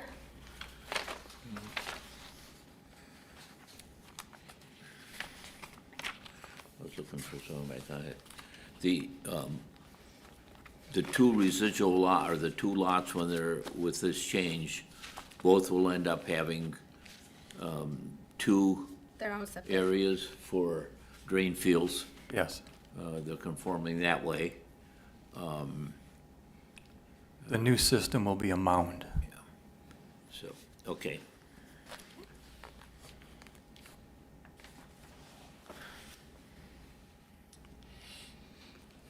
Just for information, both lots are already improved. The boundary line adjustment will just bring the house on 27.11.0012 in compliance with that 10-foot side lot line setback. And both lots exceed the minimum lot area and buildable area.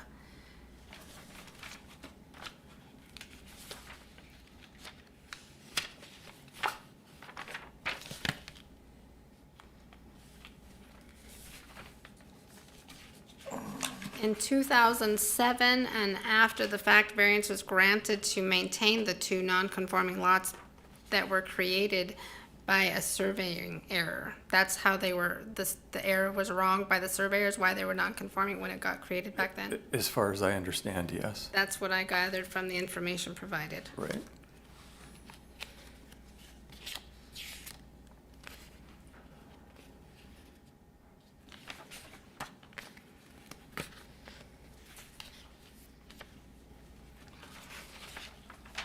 You ready? Go for it. You have a statement for 3? Yeah. Okay. Do you, Either I'll let one. you, go ahead.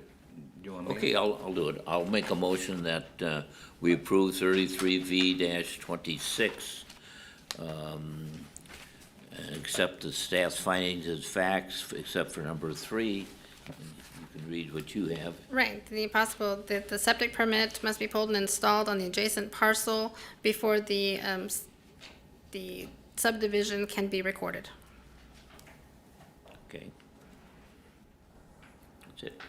Okay, You gotta answer. Did you answer number 3? no. What? Number 3, you're gonna adopt the findings of facts except for number Yeah. 3. Yeah, Did you say it? and, yeah. My motion will accept for Right. 1, 2, 4, and 5, accept staff's findings of facts, and you read number 3. Oh, no, I read the condition. I did not read number 3. I read the I'll read condition. number 3. Got it. Okay. Number 3, the search, is the need for a variance due to circumstances unique to the property, not created by the current or prior property owners? Yes. The answer is yes. The circumstances unique to this is that the two properties have been owned by generations of the same family. Correct. And what we're taking care of here is separating the septics to be on their own property. Okay, thank you. Do I have a second?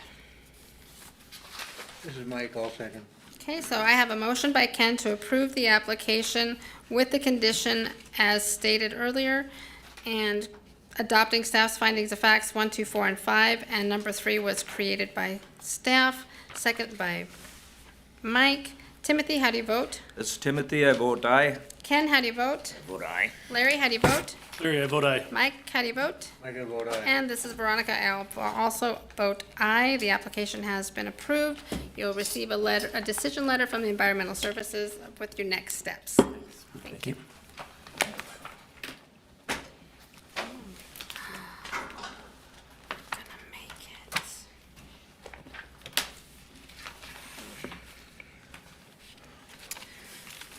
Variance application 34-V-26 by Gary Page, part of Government Lot 3, Section 29, Township 142, Range 34, Clay Township on Skunk Lake, a natural environment lake, parcel 04.29.00300.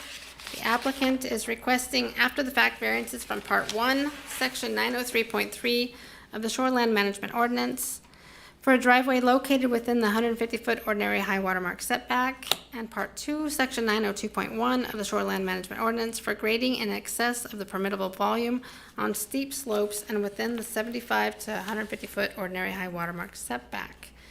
Okay, thank you for coming to the presenters table. Go ahead and state your name and address for the record. Gary Page, 7006, in Horace, North Dakota. And you, sir. Yep, John Lowry, 933 264th Street South, Hawley, Minnesota. Okay, thank you, and go ahead and proceed with the request at hand, please. Well, I guess we're requesting two things. One would be the original application, and then one of the, and then to just to address that is the question was raised on why we put the road to the north on the original plan. One is, my wife spent a number of years designing her dream cabin, and that's kind of the design that came out of after we found the property, which was a stretch because I wanted to move to Alaska and she wanted to move to New York, so we settled out here, and even though she's from Minnesota, that's where we settled out, and I wasn't going to argue. So, and also the neighbor to the east has a road to the north, has a garage on the north side of the house, and the square footage of the footprint is 4,600 square feet, and we're proposing 2,900. And there's a 36-foot elevation change from one side to the other for the property. So just when we first came to that, oh, and also they have 2 infiltration basins within the right-of-way of the township road. We just somewhat use that for a guideline. We like the design with the road to the north and the house on the south and the garage north for a couple reasons. One is looks, the other one is we plan to retire there, and my wife wanted the garage and the main living quarters on the same elevation so that we could stay there longer when we get older. So we wouldn't have a need to move off the property. But in saying all that, we also heard what was the concerns when we were on site. So we were proposing a second option as far as making a bit of changes as far as putting the garage to the south, shifting the house north, putting the parking down below, infilling the road around to the east to address the erosion issues, even though, I mean, I have full confidence that John would design it to control the erosion control. That's what he does for a living and in Minnesota. But if it's a concern, then we understand the concerns that were voiced when we were on site. So we would shift the house north, put the access road to the south, which we talked about on site, infill the road around to the west, and if you allow it, we'd like to put the drain field, or the septic drain field where it's proposed, either the original or alternate, on the north side of the property before it's infilled, so that we can build on the site and we won't have to try and figure out another location and or dig it up later to access. So are you proposing to amend your application then, or is that what I'm receiving here? Because this is information that I've not received and I haven't had time to review, and I cannot review it entirely. Is that what I'm guessing? You're changing the driveway location, that's my... Well, I guess what we're proposing is if we are not allowed to build with the current plan, if we would be allowed to change the design and install the drain field. Okay. So unfortunately, we can't have Plan 1, Plan A, and Plan B. We have one site plan to Right. view during each application, and one, that's my feelings. So is your basically, I'm new to this, but your position is present the one at hand or nothing at all? My position currently is I have not had time to see this. Right. It just got handed to me 30 seconds ago. Right. And we don't, as a board, we have one proposal in front of us. Right. Not to compare A or B, 1 or 2. We look at 1.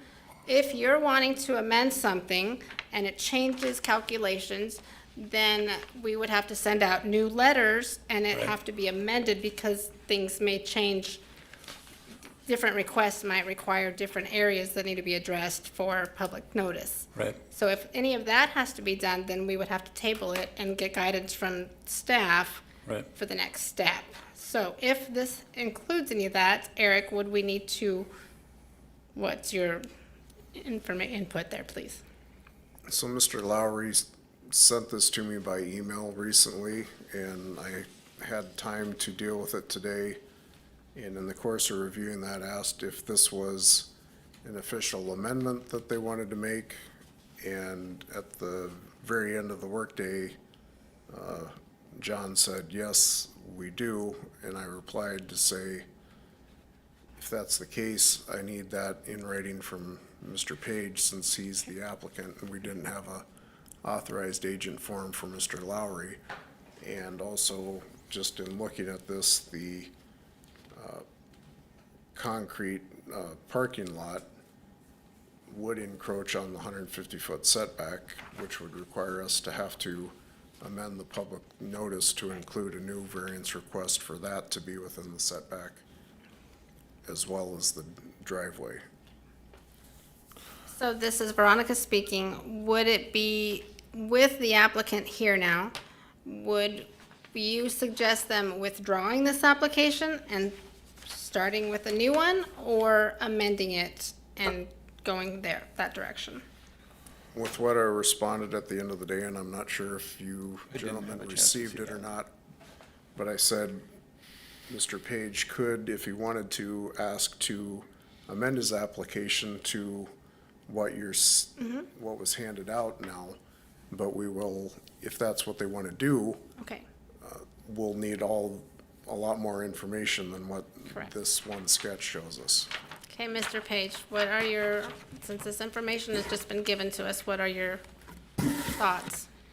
Well, my thoughts are I would like a lake home at some point, so I believe it probably would not pass on the original design, judging by the site visit, and so I'd like to amend it to try to be, get back into compliance. Yeah, 1 second.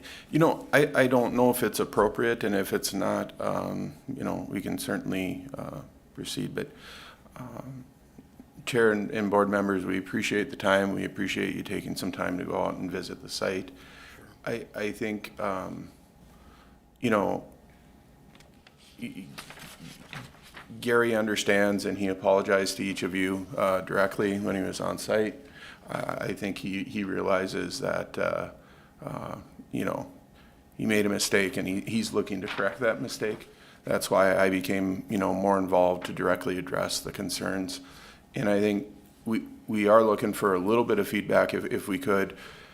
You know, what I heard when I was on site was that the current plan was not correct, that it did not limit the disturbance to the steep slope area, that by flipping the garage, and I probed a little bit to try and have conversation about that with a few of you folks, and I didn't understand it right away either, what the intention was, but with the idea of flipping the garage and lowering it to the, you know, it's proposed as a 3-level house, that we did that. But I think there's a little bit of information that is directly applicable to it, and Gary touched on it. The home that's immediately to the east of this property, you know, there's 3 to 4 buildings, I believe, on that parcel, but it's very similar in nature. You know, there's 34 plus or minus feet of drop from the high point of that down to the access. They did build a walkout basement house with the driveway wrapping around from Jasmine Drive up to the upper elevation. As Gary mentioned, the square footage, the footprint of their buildings actually exceeds what he's proposing as a footprint, and, you know, encompasses a larger area. And if you look at the total impacted area, it's quite a bit larger. In the space that we're proposing, I believe we're around 16 or 17,000 square feet. And if, you know, 38,000. I'm sorry? 38,000. And the adjacent parcel has about 38,000 square feet of impacted area. And I'm not educated enough to understand what the code is. When that was constructed, I did some research. I believe the code changed in 2014 and again in 2021. And that home was built somewhere between 2011 and 2013. So I think we're looking for direction. I think we're coming before you realizing that a mistake was made, and with the requesting you to understand that we want to do right by the county. We want to you know, limit erosion, limit impact, but also build a home that he and his wife can stay into well into their 80s and can support their family. A few concerns have been raised with the staff report and different things about the fit of this home on that site and in the steep slopes and things. And I think the neighboring parcel proves that it can be done in a constructive and responsible manner. And, you know, we would intend to do that as well. You know, with feedback and conversation, I think we can get there, so. I guess the current concern I would have is that, you know, there's a deadline to come back into compliance one way or another. So I'm just trying to hopefully get to the point where I can put the drain field in before we fill it back in.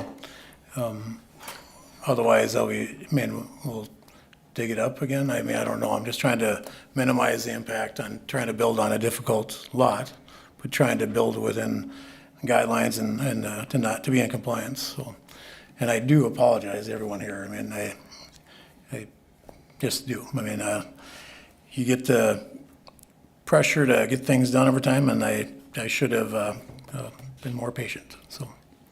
Okay, so then for clarification, are you seeking to amend your application for this information?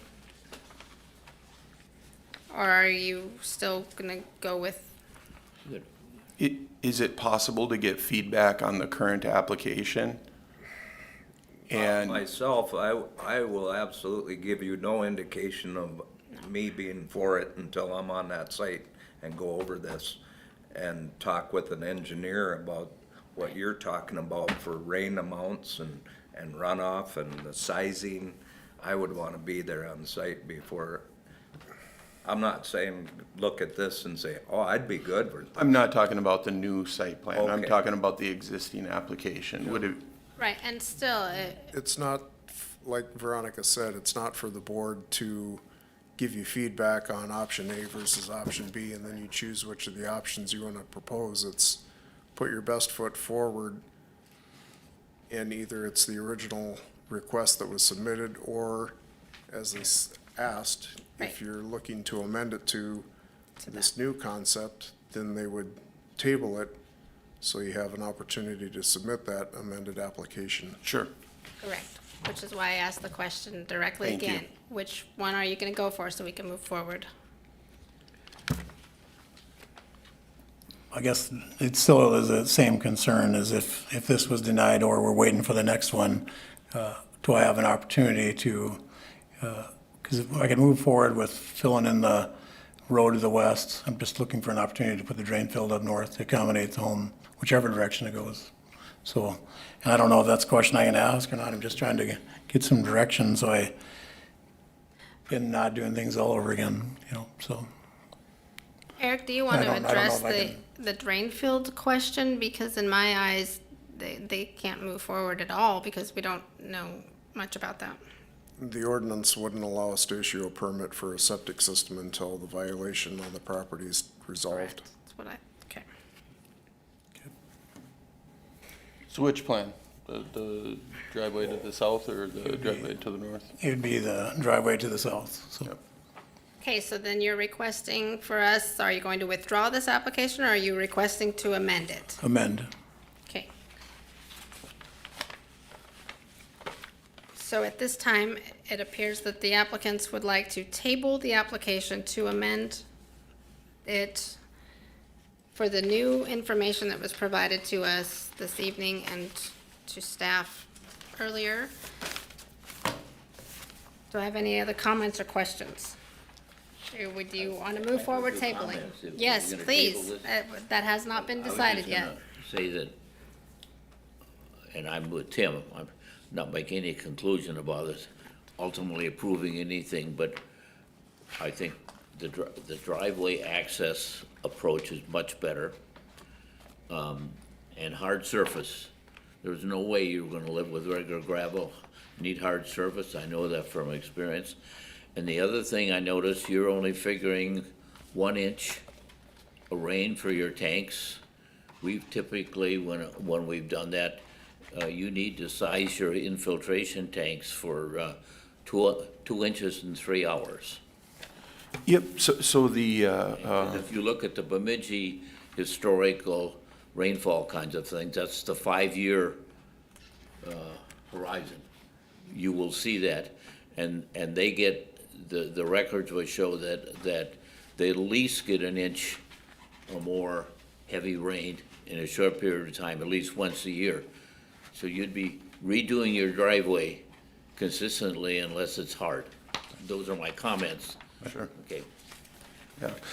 Would it be appropriate if I could reach out on that? 'Cause we looked into the county standards for the NRCS, which is referenced, and actually with the MPCA standard of the 1-inch treatment of the 1-inch rainfall, I think exceeds the current county standards. And I totally agree. We want to do this and make sure that the lake is protected and erosion is controlled. So if I could We've have a had several of conversation. those, and we've ended up with the 2 inch in 3 hours as a requirement. That's Okay, the perfect. 5-year horizon. That'd be your best suit, That's is to great give that feedback. stormwater management for that.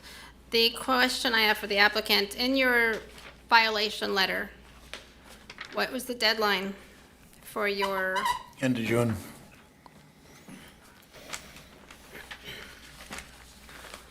Tabling this, is that it? well, not sure yet. Well, you're not gonna make that. Oh, yep, that's correct.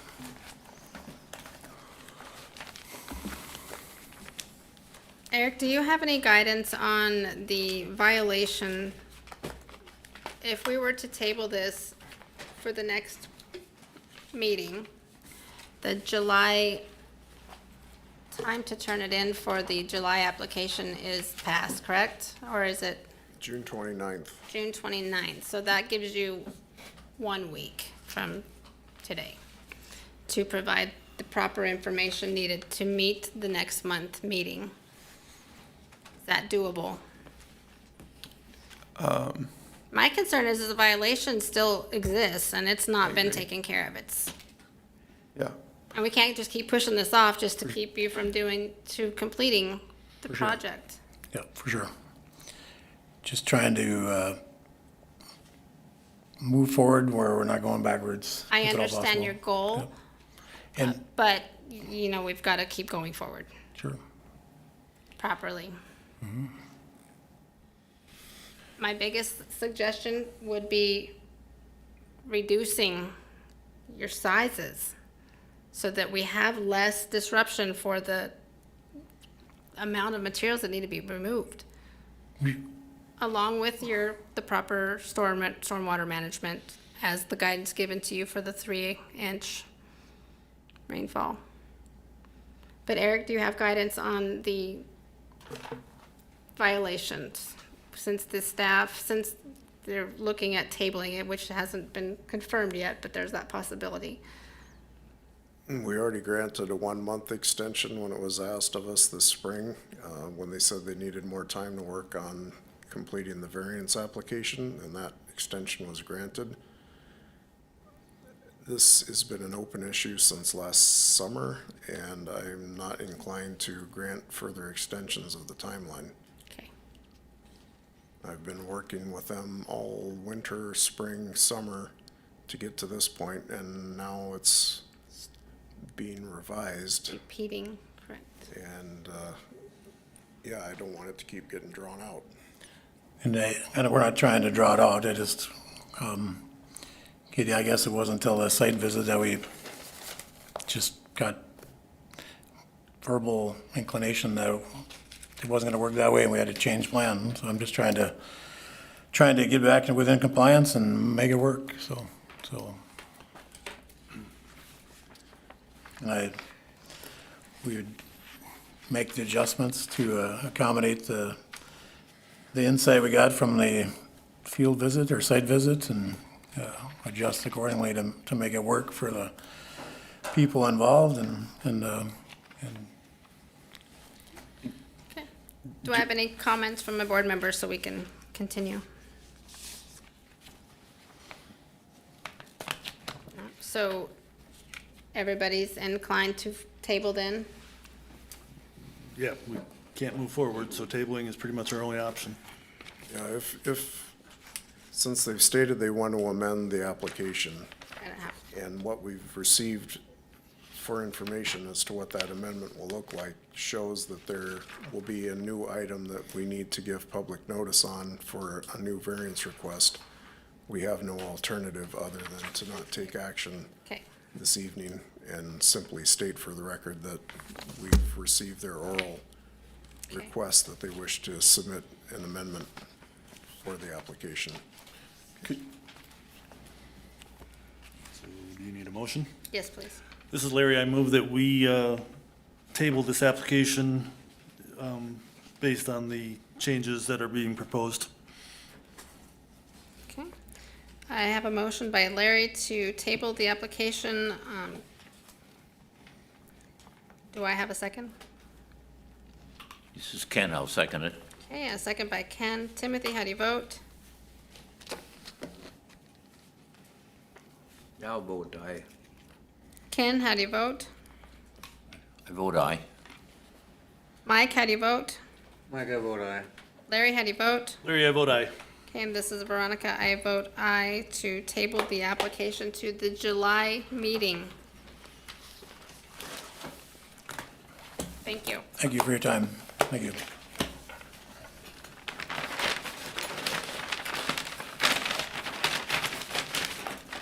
Okay, next item on the agenda is miscellaneous or communications.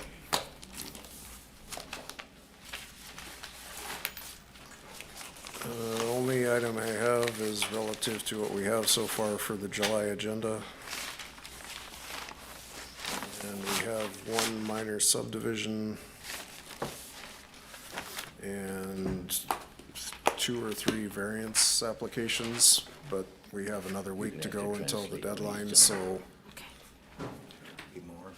there'll be more. How many, I can't say. And at this time, are you not proposing then any ordinance amendments? Or- Well, yes, thank you. There will be the topic of amending the shoreland ordinance and the subdivision ordinance to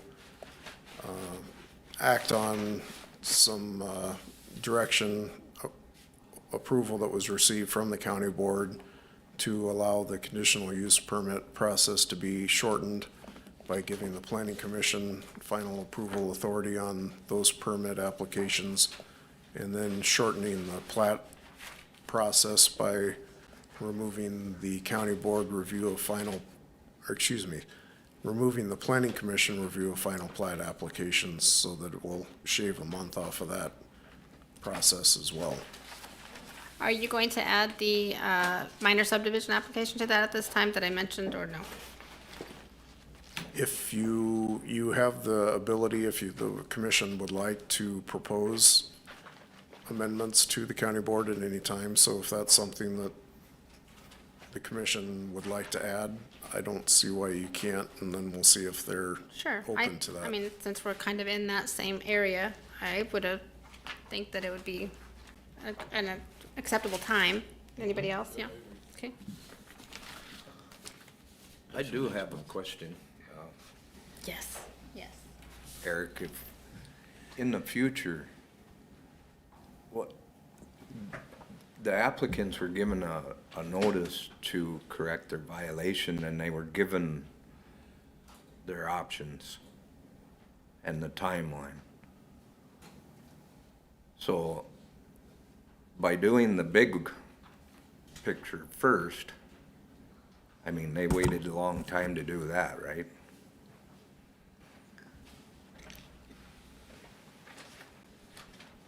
We could have just said, no, we're not doing the amendment,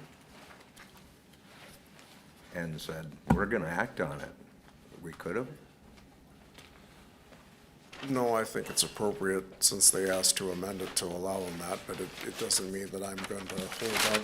How do you prevent people from kicking the can and Well, this- not fixing the problem? In this case, we'll proceed with advancing the enforcement action by bringing it to the county attorney. Okay. Any other questions or comments on the miscellaneous? Was everyone in agreement that we add the minor subdivision application to this list of the shoreline management amendments that he's proposing? That one was just suggested because I mentioned it during lot views, that we as a board can approve it, but the legwork is done by staff. And staff already does administrative subdivisions alone. If we would allow them to do minor subdivisions as well, as everything's already met, if a variance is needed, they would come to us for a variance for it. Yeah. Okay, then, anybody have a motion to adjourn? This is Larry. I move to adjourn. Tim, I'll second that. Okay, thank you. A motion to adjourn by Larry, seconded by Tim. Mike, how do you vote? Mike, vote aye. Ken, how do you vote? Aye. Timothy, how do you vote? Timothy votes aye. Larry, how do you vote? Aye. Larry also vote aye. Ms. Veronica, I vote aye. Meeting adjourned. Very good, Veronica. You did.